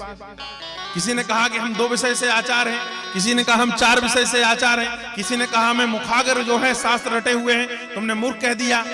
संत तो संत होते हैं, उन्हें हाथ जोड़ लिया महाराज और कहा कि देखो ब्राह्मण देवता, इसलिए मैंने मूर्ख कहा कि तुम्हारे अंदर से भक्ति चली गई है, सिर्फ ज्ञान का अहम बचा हुआ है, तुम अपने आप को आचार कह रहे हो, भक्ति तुम्हारे अंदर नहीं है। इसलिए तुम्हें जो है यही अहम है कि मैं 2 विषय से आचार हूं, मैं 4 विषय से आचार हूं, मैं वेद जानता हूं, मैं वेदांग जानता हूं। कोई ये सोचता है कि उपनिषद जानता हूं, भक्ति कहने लगे इन सबसे हटकर चीज है। इसलिए मैंने मूर्ख कहा। पंडितों को समझ में आया कि सही कह रहा है। तो ये नंदी का श्राप है कि भृगु आदि ऋषियों को श्राप दिया कि तुम सिर्फ जो है वह कर्म कांड पर ही लगे रहोगे। पर महादेव ने कुछ नहीं कहा, महादेव वहां से चले गए। और यह चर्चा जो है महादेव ने जाकर सती को नहीं बतलाई थी कि दक्ष ने मेरा अपमान किया। आज का दमाद होता महाराज तो सबसे पहले जाकर पत्नी को निकालता कि तेरे पिता ने मुझे अनेक प्रकार की गालियां दी है, तो मेरे घर से निकल। महादेव इसलिए महादेव ने जाकर सती से यह सब कुछ नहीं कहा। समय बीता, दक्ष प्रजापति ने एक विशाल यज्ञ रखा। यह यज्ञ रखने के पीछे मन पर इस प्रकार का जो है वह भाव था कि आज यज्ञ में मैं शिव को नहीं बुलाऊंगा,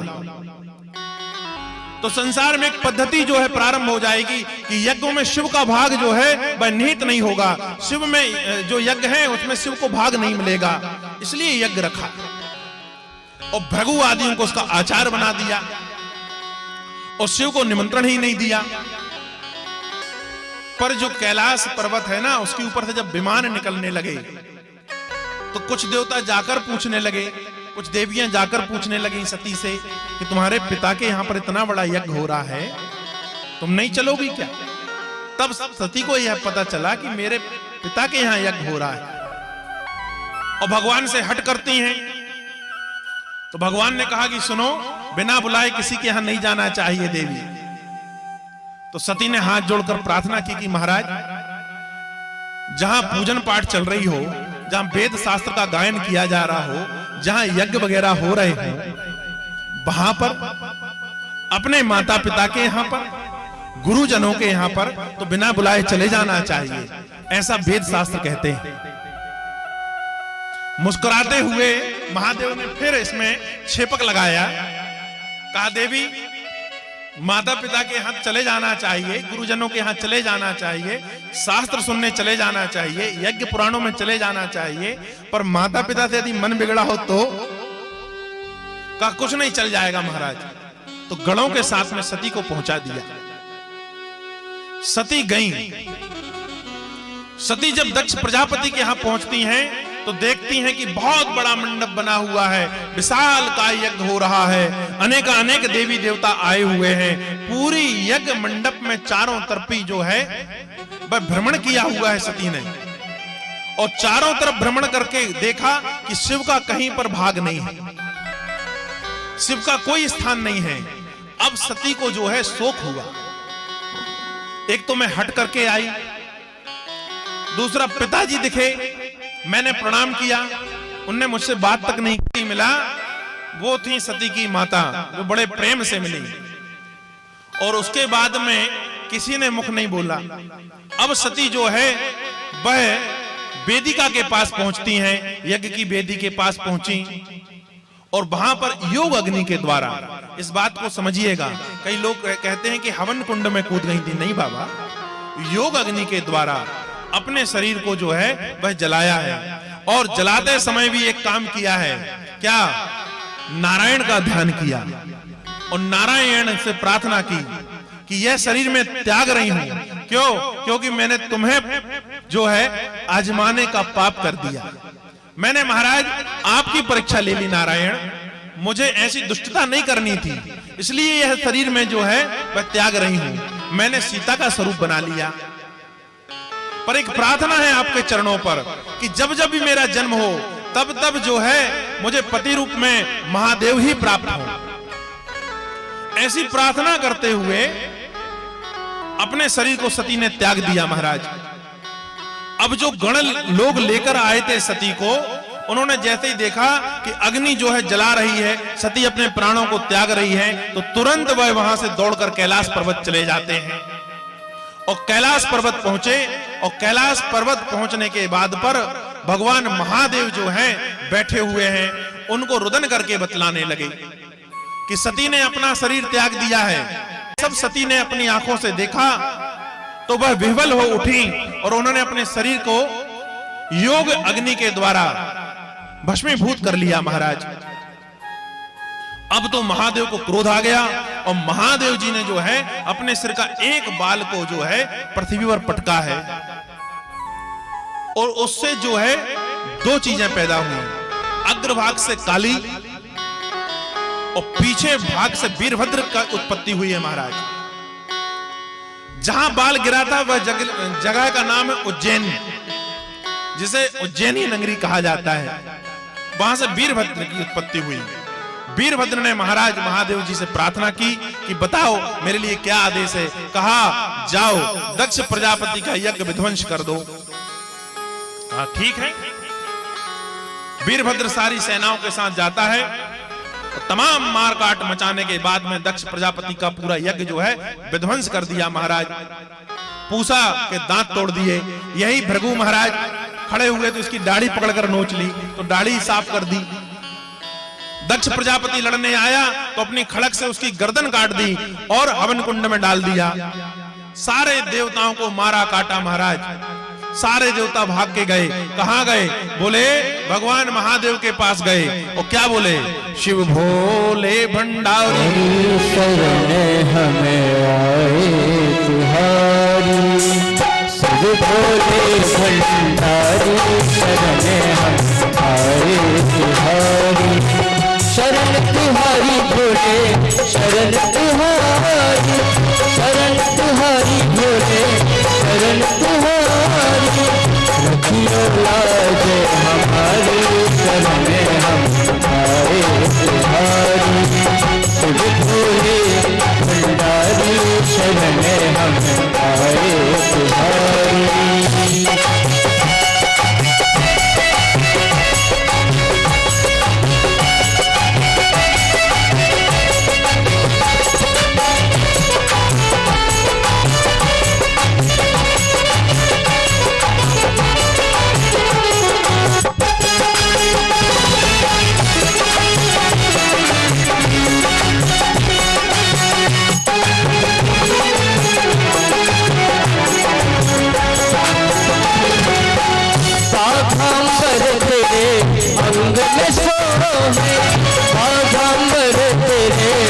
अंग में सोहे, अंग में सोहे बाबा, अंग में सोहे, अंग में सोहे बाबा, अंग में सोहे।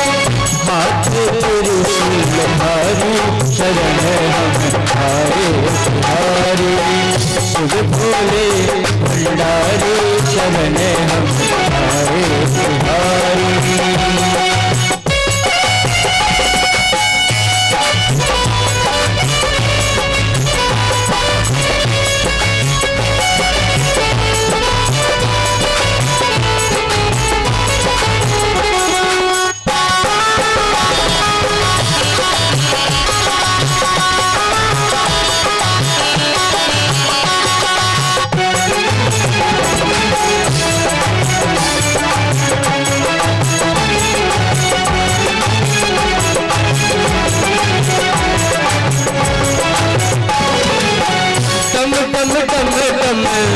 डमरू बजाए,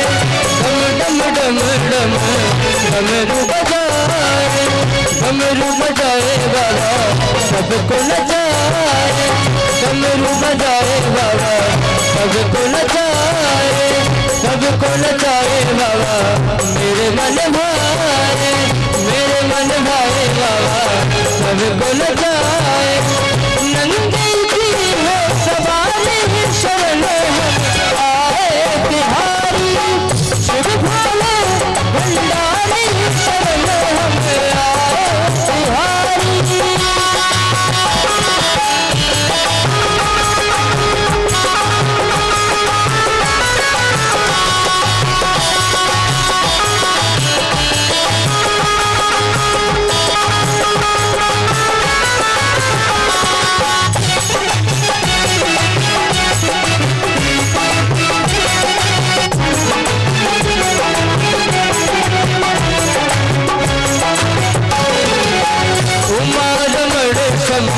भूत पुरारी, उमारमण भूत पुरारी, संभूत पुरारी हाँ शिव अभिलाषी, शिव अभिलाषी हाँ संभूत पुरारी।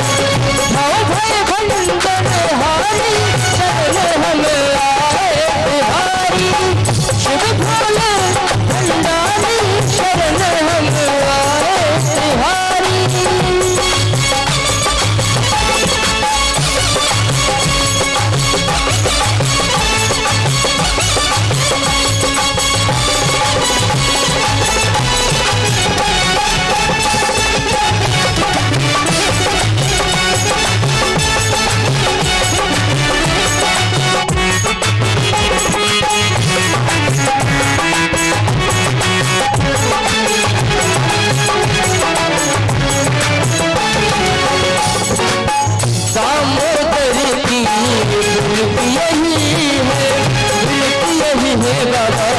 अर्ज यही है दामोदर की दुलती यही है, हम भक्तों की दुलती यही है। काका जितना हमारी शरण हम आए बिहारी, शिव भोले भंडारी शरण हम आए बिहारी। रखिया लाज हमारी शरण हम आए बिहारी, शिव भोले भंडारी शरण हम आए बिहारी, शरण हम आए बिहारी, शरण हम आए। एक लोटा जल चढ़ा दो, 2 बार गाल हिलाकर बम बम कह दो, इतने में बाबा प्रसन्न हो जाते हैं। कहा क्या? कहा एक गांव पर एक चोर रहते थे और जीवन भर जो है चोरी ही करे। चोरी करते ही समय व्यतीत हो रहा था। माता पिता ने सोचा इसका विवाह कर दें तो शायद सुधर जाए। कई प्रकार से समझाया पर नहीं मान रहा है, तो लिया तो उसका विवाह कर दिया। अब भगवान की कृपा से जो पत्नी प्राप्त हुई वो भगवान की भक्तन प्राप्त हो गई। अब उसने पहले दिन से ही देखा कि पता नहीं रात में कहां चला जाता है। एक दो दिन 3 दिन देखा, समझ गई कि मेरा पति चोर है। समय व्यतीत हुआ, कुछ समय के बाद में महाशिवरात्रि आई।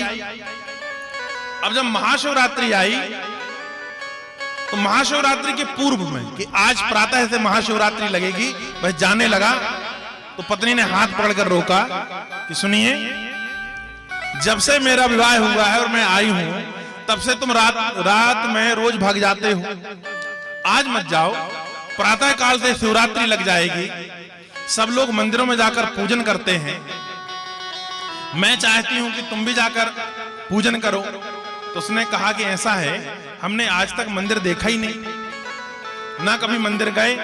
कहा मेरे लिए रुक जाओ, कल मेरे लिए चले जाना पूजन करने। उसने भी सोचा कि विवाह हुए 6-7 महीने हो गए, पहली बार कुछ कह रही है, चलो मान जाते हैं। मान गया। दूसरे दिन सुबह 9 बजे सोकर उठा, जब तक मंदिर से पत्नी लौटकर आ गई थी। उसने कहा स्नान कर लो। अब स्नान किया, स्नान आदि से फ्री हुआ, उसने एक लोटा जल दिया हाथ में और कहा जाओ गांव के बाहर जो शिव मंदिर है उसमें जाना, भगवान महादेव जी को जल चढ़ा देना, उसके बाद घंटी बजाना, उसके बाद बम बम कहना, प्रणाम करके चले आना। कहा अच्छा? बोले हाँ। अब चोर ने आज तक मंदिर कभी गया ही नहीं था, पहली बार गया महाराज। मंदिर के अंदर प्रवेश किया, पत्नी ने कहा था जल चढ़ा देना, शिवलिंग थे अच्छे बड़े से, तो जल चढ़ाया महाराज और बम बम कहा और घंटा बजाने के लिए जैसे ही हाथ ऊपर किया, महादेव ने आजमाना, सोचे कि चलो इसको आजमाते हैं। तो जो पीतल का घंटा था बस सोने का हो गया। और सोने की परख दो ही लोग जानते हैं, या तो सुनार जाने या चोर जाने, है ना भैया। तो उसने देखा, अरे कहा ये घंटा तो सोने का है। मन पर विचार आया कि ये भर मिल जाए तो जीवन भर की चोरी जो है वह छूट जाए। फिर यह भी सोचा कि बताओ 7 महीना जो है विवाह के हो गए हैं, कहीं पहले से मंदिर भेज दिया होता तो रोज रोज रात में चोरी करने क्यों जाता, इसी को ले जा लेता। तो अब बहुत कोशिश की, क्या होता है कि मंदिर में घंटा तो नीचे लटका रहता है पर चैन ऊपर बंधी रहती है, तो ऊपर तक हाथ ना पूजे। तो लोटा की तरफ देखा तो कहा इसमें तो जल बाकी है, एक काम करना चाहिए, शिवलिंग के ऊपर खड़े हो जाएं और चैन को छोड़ लें और उसके बाद जल से मूर्ति धो दूंगा। कहा ठीक है। फिर आजू बाजू देखा कोई आ तो नहीं रहा, कहा कोई नहीं आ रहा। तो चोर खड़ा हो गया शिवलिंग के ऊपर और खड़ा होने के बाद में चैन को छोड़ा, घंटा को लिया, नीचे उतरा, उतरने के बाद जल चढ़ाया। तो जब हम शिव पूजन करते हैं ना तो हर चीज चढ़ाने के बाद पर जल चढ़ाया जाता है, तो अर्पण कहलाते हैं। तो महादेव जी प्रसन्न हो गए और प्रकट हो गए। ये भागने लगा तो उसका हाथ पकड़ लिया कि रुको तनिक, कहां जा रहे हैं? कहा महाराज घर को जा रहा था, पर अब पता नहीं आप कहां भेजें, क्योंकि आपने हाथ पकड़ लिया है। कहा नहीं मैं कहीं नहीं भेजूंगा, ये बताओ कि क्या चाहते हो? कहा महाराज घंटा हाथ में यही चाहते हैं। बोले ये मिल जाए तो क्या पूछना? तो कहा बस यही। कहा ये मस्तू ले जाओ। तो पैर पड़े और चले गए। भगवती पार्वती प्रकट हुई पीछे से, उन्होंने कही धन्य भोले बाबा, आज महाशिवरात्रि का दिन, सुबह से अनेक भक्त आए, किसी ने दूध चढ़ाया, किसी ने दही चढ़ाया, किसी ने अभिषेक किया, किसी ने बेरी चढ़ाई, किसी ने बालें चढ़ाया, किसी ने आम की मोर चढ़ाया। तुम किसी को जो है प्रसन्न होकर प्रकट होकर दर्शन नहीं दिए। ये चोर आया, 2 लात मारा तुमको और कहा तुम्हारा घंटा जो है वह छुड़ाकर ले गया और तुम प्रकट हो गए। तो महादेव जी ने कहा देवी ऐसा है, जो लोग आए वो दूसरी चीजें लेकर आए, किसी ने दूध लाया, किसी ने दही लाया, किसी ने घी लाया, किसी ने शहद लाया, किसी ने बेल लाई, किसी ने बेलपत्र लाया। अरे ये व्यक्ति तो पूरा मेरे ऊपर चढ़ गया, इसके पास क्या बचा? इसने अपने आप को मुझे अर्पण कर दिया, अब इसके पास क्या बचा है? पार्वती ने सिर में हाथ ठोका कि वाह बाबा, तुम्हारा जो है काम नाम अलग ही है। तो महादेव थोड़े में प्रसन्न हो जाते हैं। देवताओं ने प्रार्थना की कि प्रभु हमारा अपराध क्षमा कर दो, हम दक्ष प्रजापति के यज्ञ में शामिल हो गए। ये जो आपका पीछे वीरभद्र लगा हुआ है, ये हमारे प्राणों को लेकर ही मानेगा। महादेव प्रसन्न हो जाते हैं, वीरभद्र को रोक दिया। अब देवताओं ने और जो है वह जरा अच्छे से प्रार्थना की कि प्रभु आप पधार जाएं, दक्ष ने गलती की, करने दीजिए, आप तो भोले भंडारी हैं, आप यज्ञ में पधार जाएंगे तो सबका कल्याण हो जाएगा। अनेक अनेक जो वहां पर ऋषि हैं वह उनकी किसी की दाढ़ी रोच दी है वीरभद्र ने, किसी के दांत तोड़ दिए हैं, किसी का सिर जो है खंडन कर दिया है, दक्ष प्रजापति को मार डाला है, उसकी सेना का वध कर दिया है। आप जाएंगे तो वह सब जीवित हो जाएंगे। ऐसी प्रार्थना सुनकर भगवान महादेव देवताओं के साथ पर दक्ष प्रजापति के यज्ञ पर पहुंचे। जो है सबके दृष्टिपात किया, सबको देखा तो जैसे थे वैसे हो गए। फिर दक्ष का शरीर देखा, ये पड़ा है, इसका सिर कहां गया? कहा हवन कुंड में नष्ट हो गया है। तो गणों को आदेश दिया कि जाओ लेकर आओ, इसको सिर लगाना है।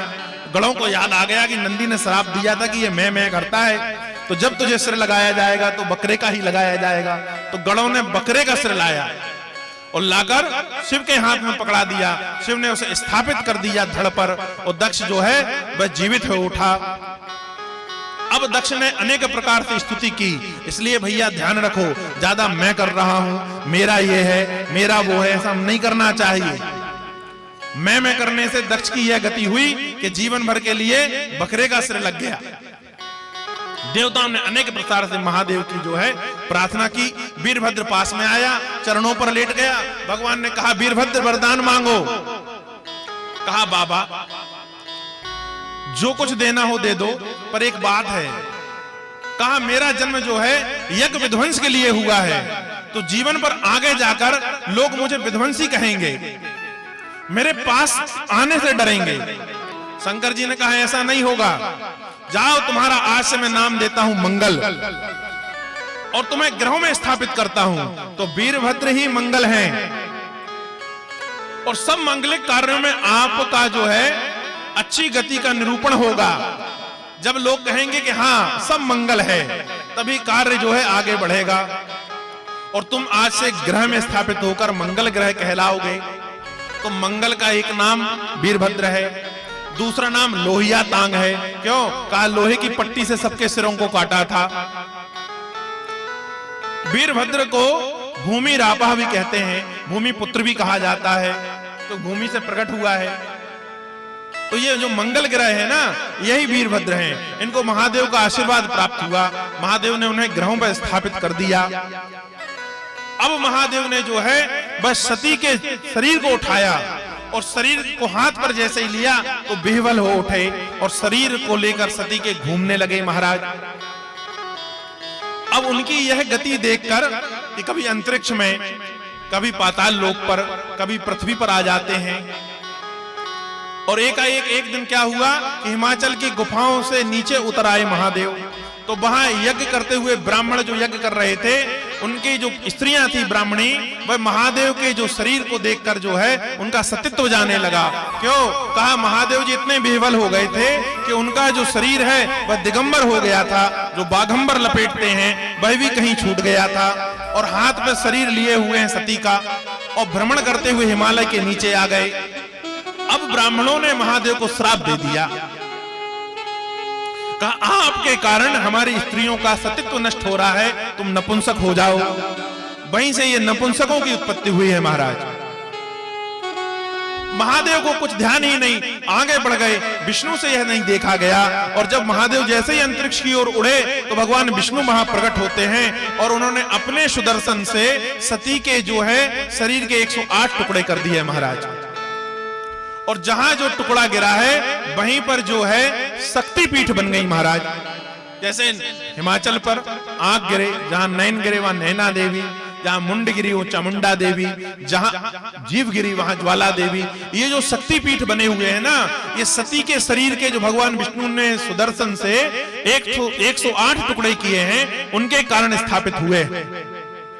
जब शरीर सती का नहीं रहा हाथ में, तो शिव जो है बड़े विह्वल उठे, और उन्होंने सामने देखा कि नारायण खड़े हैं। उन्होंने कहा नारायण, मेरा मन जो है इस समय जिस प्रकार द्रवित हो रहा है, दुखी हो रहा है, मैं अपनी स्त्री के वियोग पर जल रहा हूं। ऐसे ही मैं तुम्हें श्राप देता हूं कि तुम भी स्त्री के वियोग पर जलोगे। ये पहला श्राप मिला है नारायण को। बाद में नारद ने भी दिया, और ये शुद्ध थोड़ा सा भगवान शिव के मन पे था कि नारायण को मैंने श्राप दिया है, इसलिए नारायण की सेवा करने के लिए ही हनुमान रूप में साक्षात महादेव आए रामावतार पर। बाद में शिव जाकर ध्यान करने लगे, नारायण को श्राप मिल गया, मुस्कुराते हुए नारायण चले गए। बाद में जब हिमांचल के यहाँ पर गौरा के रूप पर सती ने अवतार लिया, तब नारायण के कहने पर पुनः भगवान शिव का विवाह होगा। इस प्रकार सूत जी ने जो है सौनक आदि 88,000 ऋषियों को समझाया। यहां परीक्षित से जो है बस सुखदेव महाराज जी समझा रहे हैं। परीक्षित ने कहा, महाराज मनु के वंश का वर्णन और सुनाइए कि आगे क्या हुआ। उन्होंने कहा, मनु के वंश पर आगे चलकर 2 पुत्र हुए, प्रियव्रत और उत्तानपाद। अच्छा, कहा उत्तानपाद की 2 पत्नी हुई, एक का नाम जो था सुनीति थी और दूसरी का नाम सुरुचि था। कहा सुनीति कौन? कहा जो न्याय संगत हो। सुनीति अच्छी नीति, शास्त्र संबंध नीति, वेद संबंध नीति, सामाजिक नीति जो हो वो सुनीति है, और सुरुचि जो आपकी रुचि के अनुसार हो। तो कहा सुनीति के यहां पर एक पुत्र पैदा हुआ जिसका नाम था ध्रुव, और सुरुचि के यहां पर भी एक पुत्र पैदा हुआ जिसका नाम था उत्तम। ये 2 पुत्र जो हैं महाराजा उत्तानपाद के यहां हुए। सेन बड़े होने लगे महाराज। जब थोड़े से बड़े हुए तो दोनों महारानियों के लिए अलग अलग व्यवस्था थी महाराज। और जो सुरुचि थी वह पूर्णतः हक जो है राजन के ऊपर अपना रखती थी। तो एक दिन क्या हुआ, कहा एक दिन छोटा सा ध्रुव नाम का जो बालक है वह खेलते हुए उत्तम के साथ पर सुरुचि के मकान पर आ जाता है, और महाराज जो हैं वह ऊंची हुई सिंहासन पर मकान के बाहर बैठे हुए हैं। दोनों पुत्र खेल रहे हैं। दोनों पुत्र खेलते हुए क्या हुआ कि तमेकम राजन पितामहो एकम मृत्यादिदेक्षितः इष्ठन्ति भेदातुरा मान्यः सोमो सुखाद विमानः। कहा ध्रुव जो है वह खेलते हुए पिता की ओर अग्रसर हो गया, पिता की ओर आया और मुस्कुराते हुए पिता की गोद में बैठ जाता है। उत्तम खड़ा रहता है। यह सब सुरुचि ने देख लिया, और सुरुचि क्रोध भरी हुई अंदर से बाहर आती है और आकर ध्रुव को उठाया और घसीटते हुए जो है पिता की गोद से अलग कर दिया महाराज, और कठोर वचन कहे। क्या क्या कहा कठोर वचन? कहा इस गोद पर बैठना है तो तुझे मेरे गर्भ से पैदा होना पड़ेगा। यदि पिता की गोद चाहता है तो तुझे मेरे गर्भ से पैदा होना पड़ेगा। तेरी विडंबना यह है कि तू जो है सुनीति के गर्भ से पैदा हुआ है। ध्रुव बालक है पर क्षत्रिय स्वभाव है, क्षत्रिय का बालक है, बुद्धिमान बालक है। वह बात जम गई। रोता हुआ ध्रुव अपनी मां के पास पहुंचता है। मां ने पूछा क्या हो गया? कहा मैं पिता की गोद पर बैठा हुआ था, पर छोटी मां ने मुझे जो है अवहेलना करते हुए वहां से उठा दिया, और उन्होंने कठोर वचन ये कहा मां कि तुझे यदि पिता की गोद पर बैठना है तो मेरे गर्भ से पैदा होना पड़ेगा।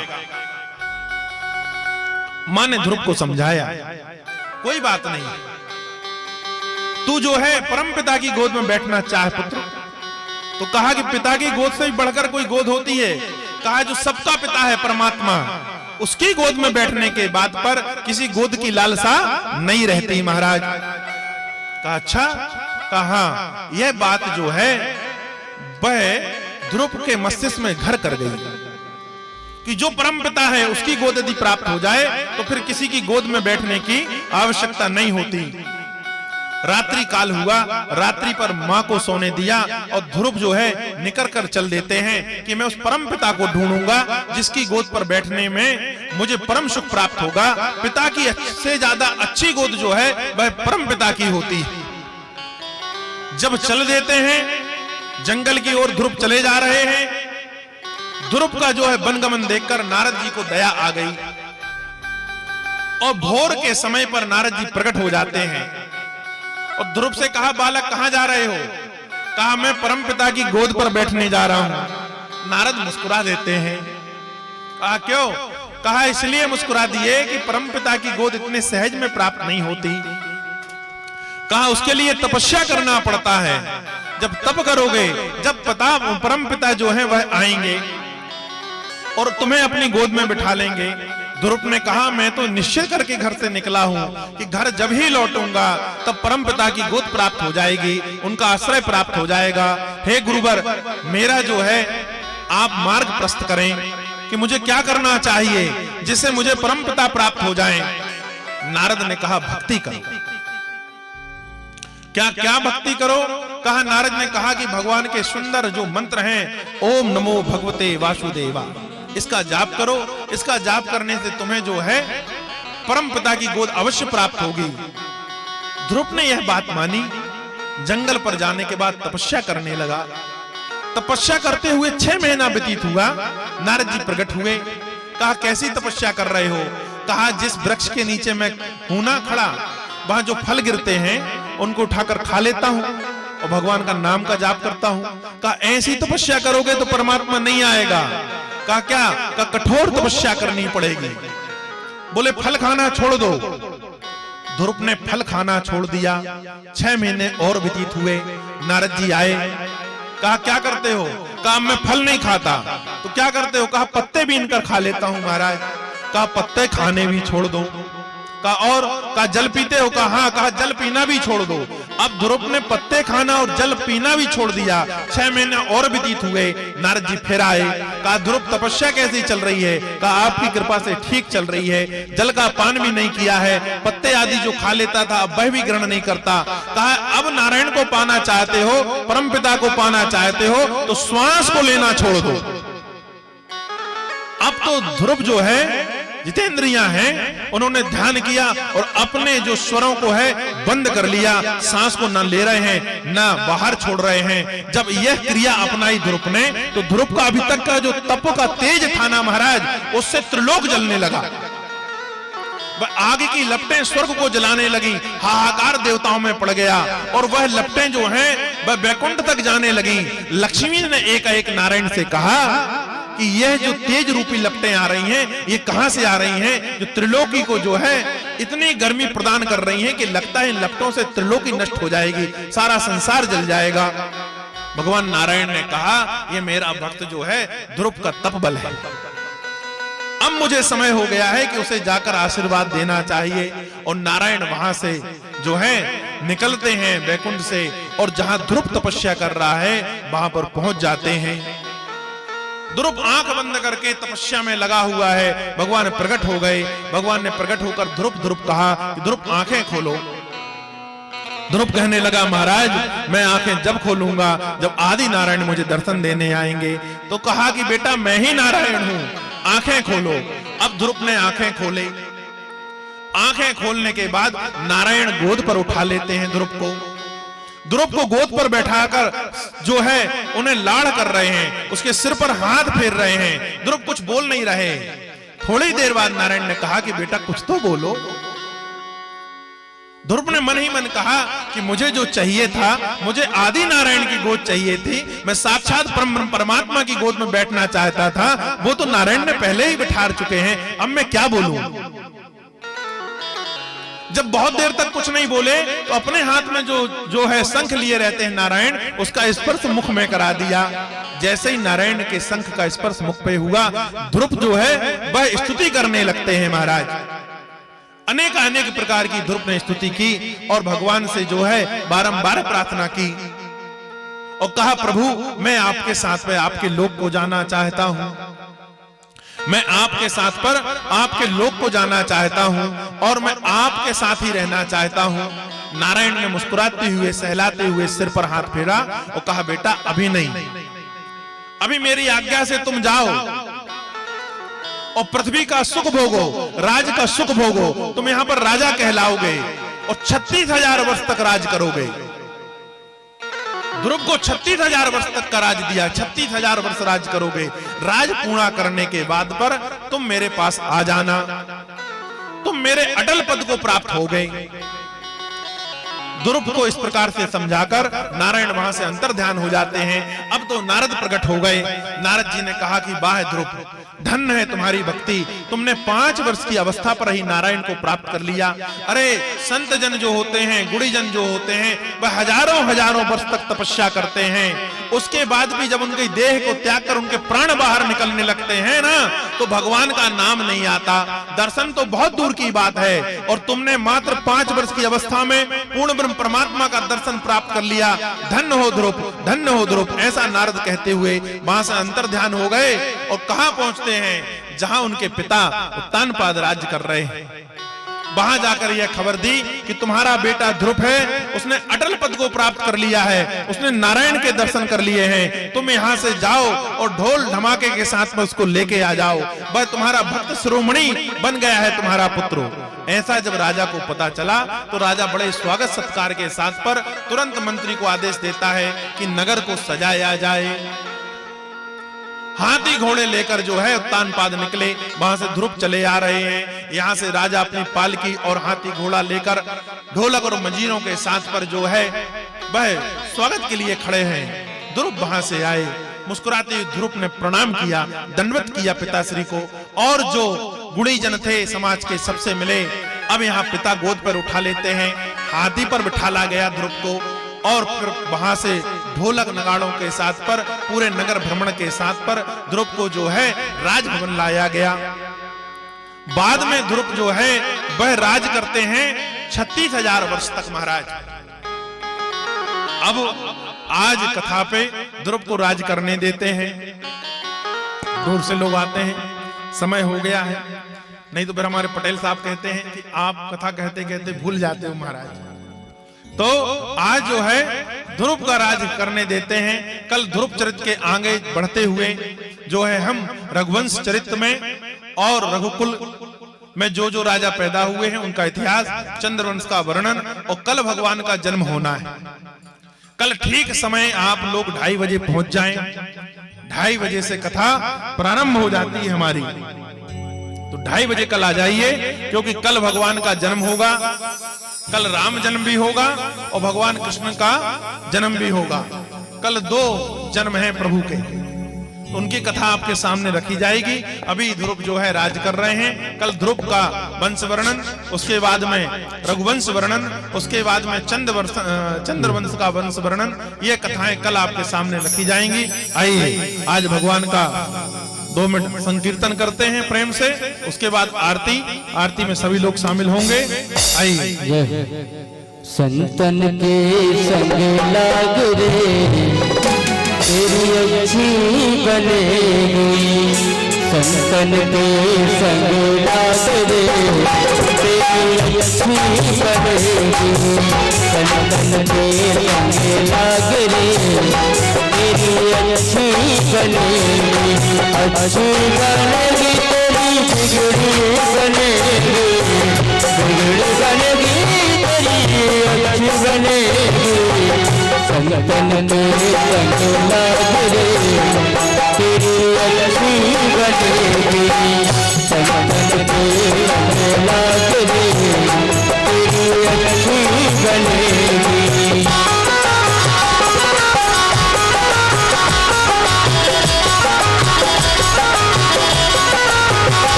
बन गई पहला तुझी बन गई, भुगती बन गई पहला तुझी बन गई।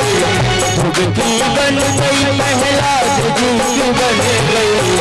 हर कीर्तन में लाग रे, हर कीर्तन में लाग रे, तेरी बनेगी। संतन के संग लाग रे, तेरी बिगड़ी बनेगी।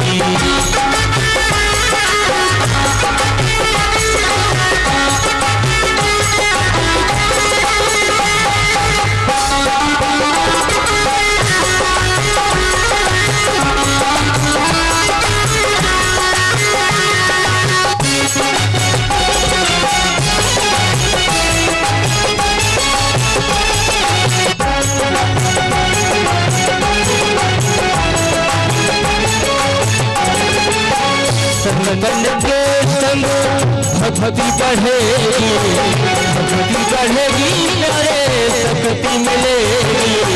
संतन के संग भक्ति बढ़ेगी, भक्ति बढ़ेगी प्यारे शक्ति मिलेगी। राम चरण अनुराग रे, राम चरण अनुराग रे, तेरी लक्ष्मी बनेगी। संतन के संग लाग रे, तेरी बिगड़ी बनेगी।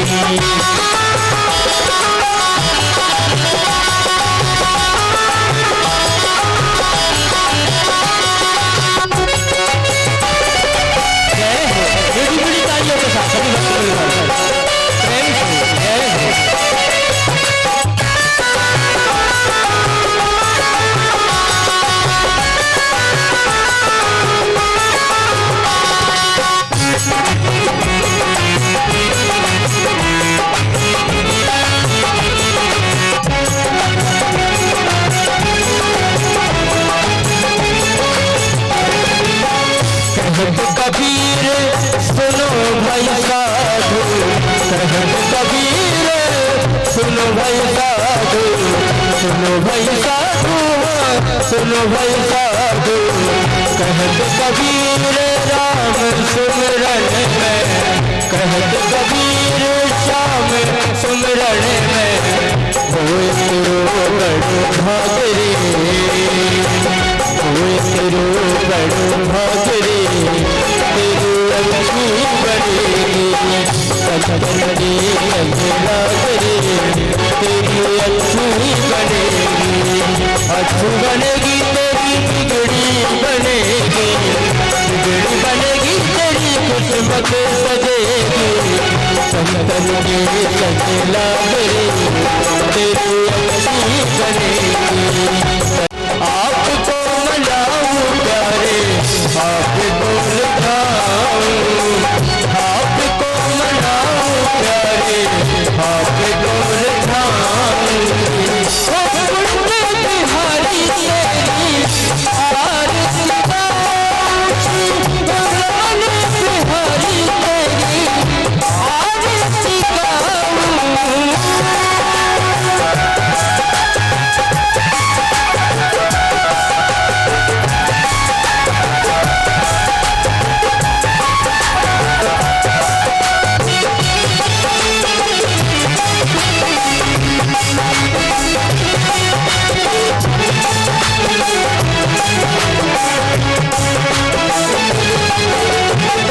मोरे मुकुट तेरे शीश पे सोहे, मोरे मुकुट तेरे शीश पे सोहे।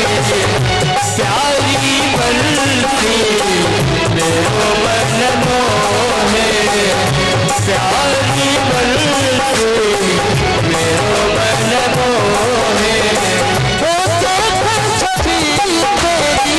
बली बली दासी, बिहारी तेरी आरती गाऊं, रमन बिहारी तेरी आरती गाऊं।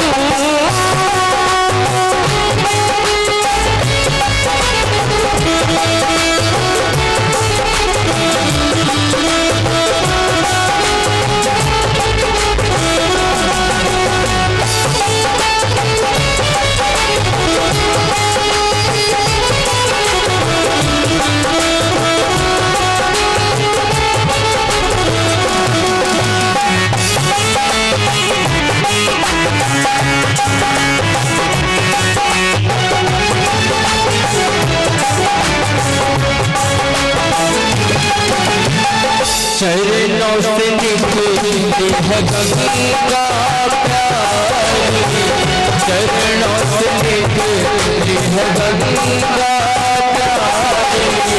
जिसने सारी दुनिया तारी, जिसने सारी दुनिया तारी।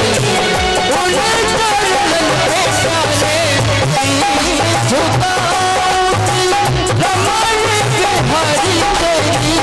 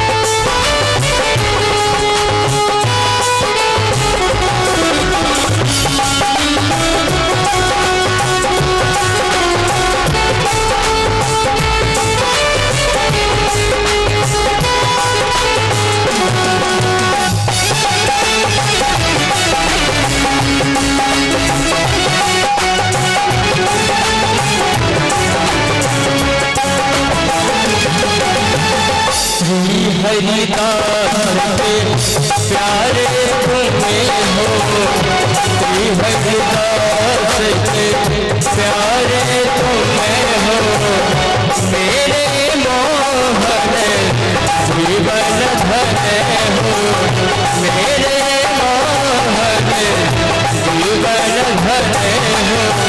युगल छवि पे बलि बलि जाऊं, ओ अटल हरि तेरी आरती गाऊं, आरती गाऊं लाला आपको मनाऊं, आपको मनाऊं लाला आपको रिझाऊं, आपको मनाऊं लाला आपको रिझाऊं, आपको मनाऊं प्यारे आपको रिझाऊं, बाके बिहारी आरती गाऊं, बाके बिहारी आरती गाऊं।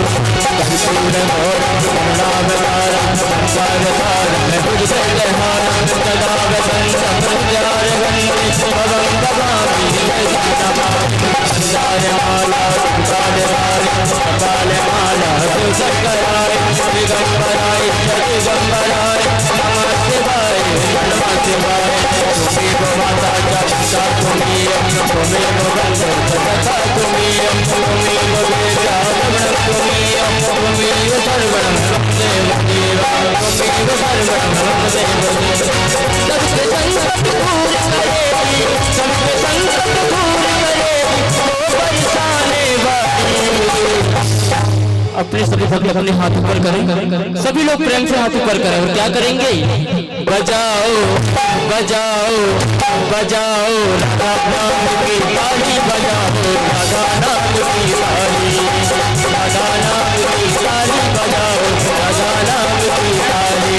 राधे राधे श्यामा श्यामा, राधे राधे श्यामा श्यामा। राधा रानी की है महारानी की है, राधा रानी की है महारानी की है, राधा रानी की है महारानी की है, राधा रानी की है महारानी की है, राधा रानी की है महारानी की है, राधा रानी की है महारानी की है। कृष्णा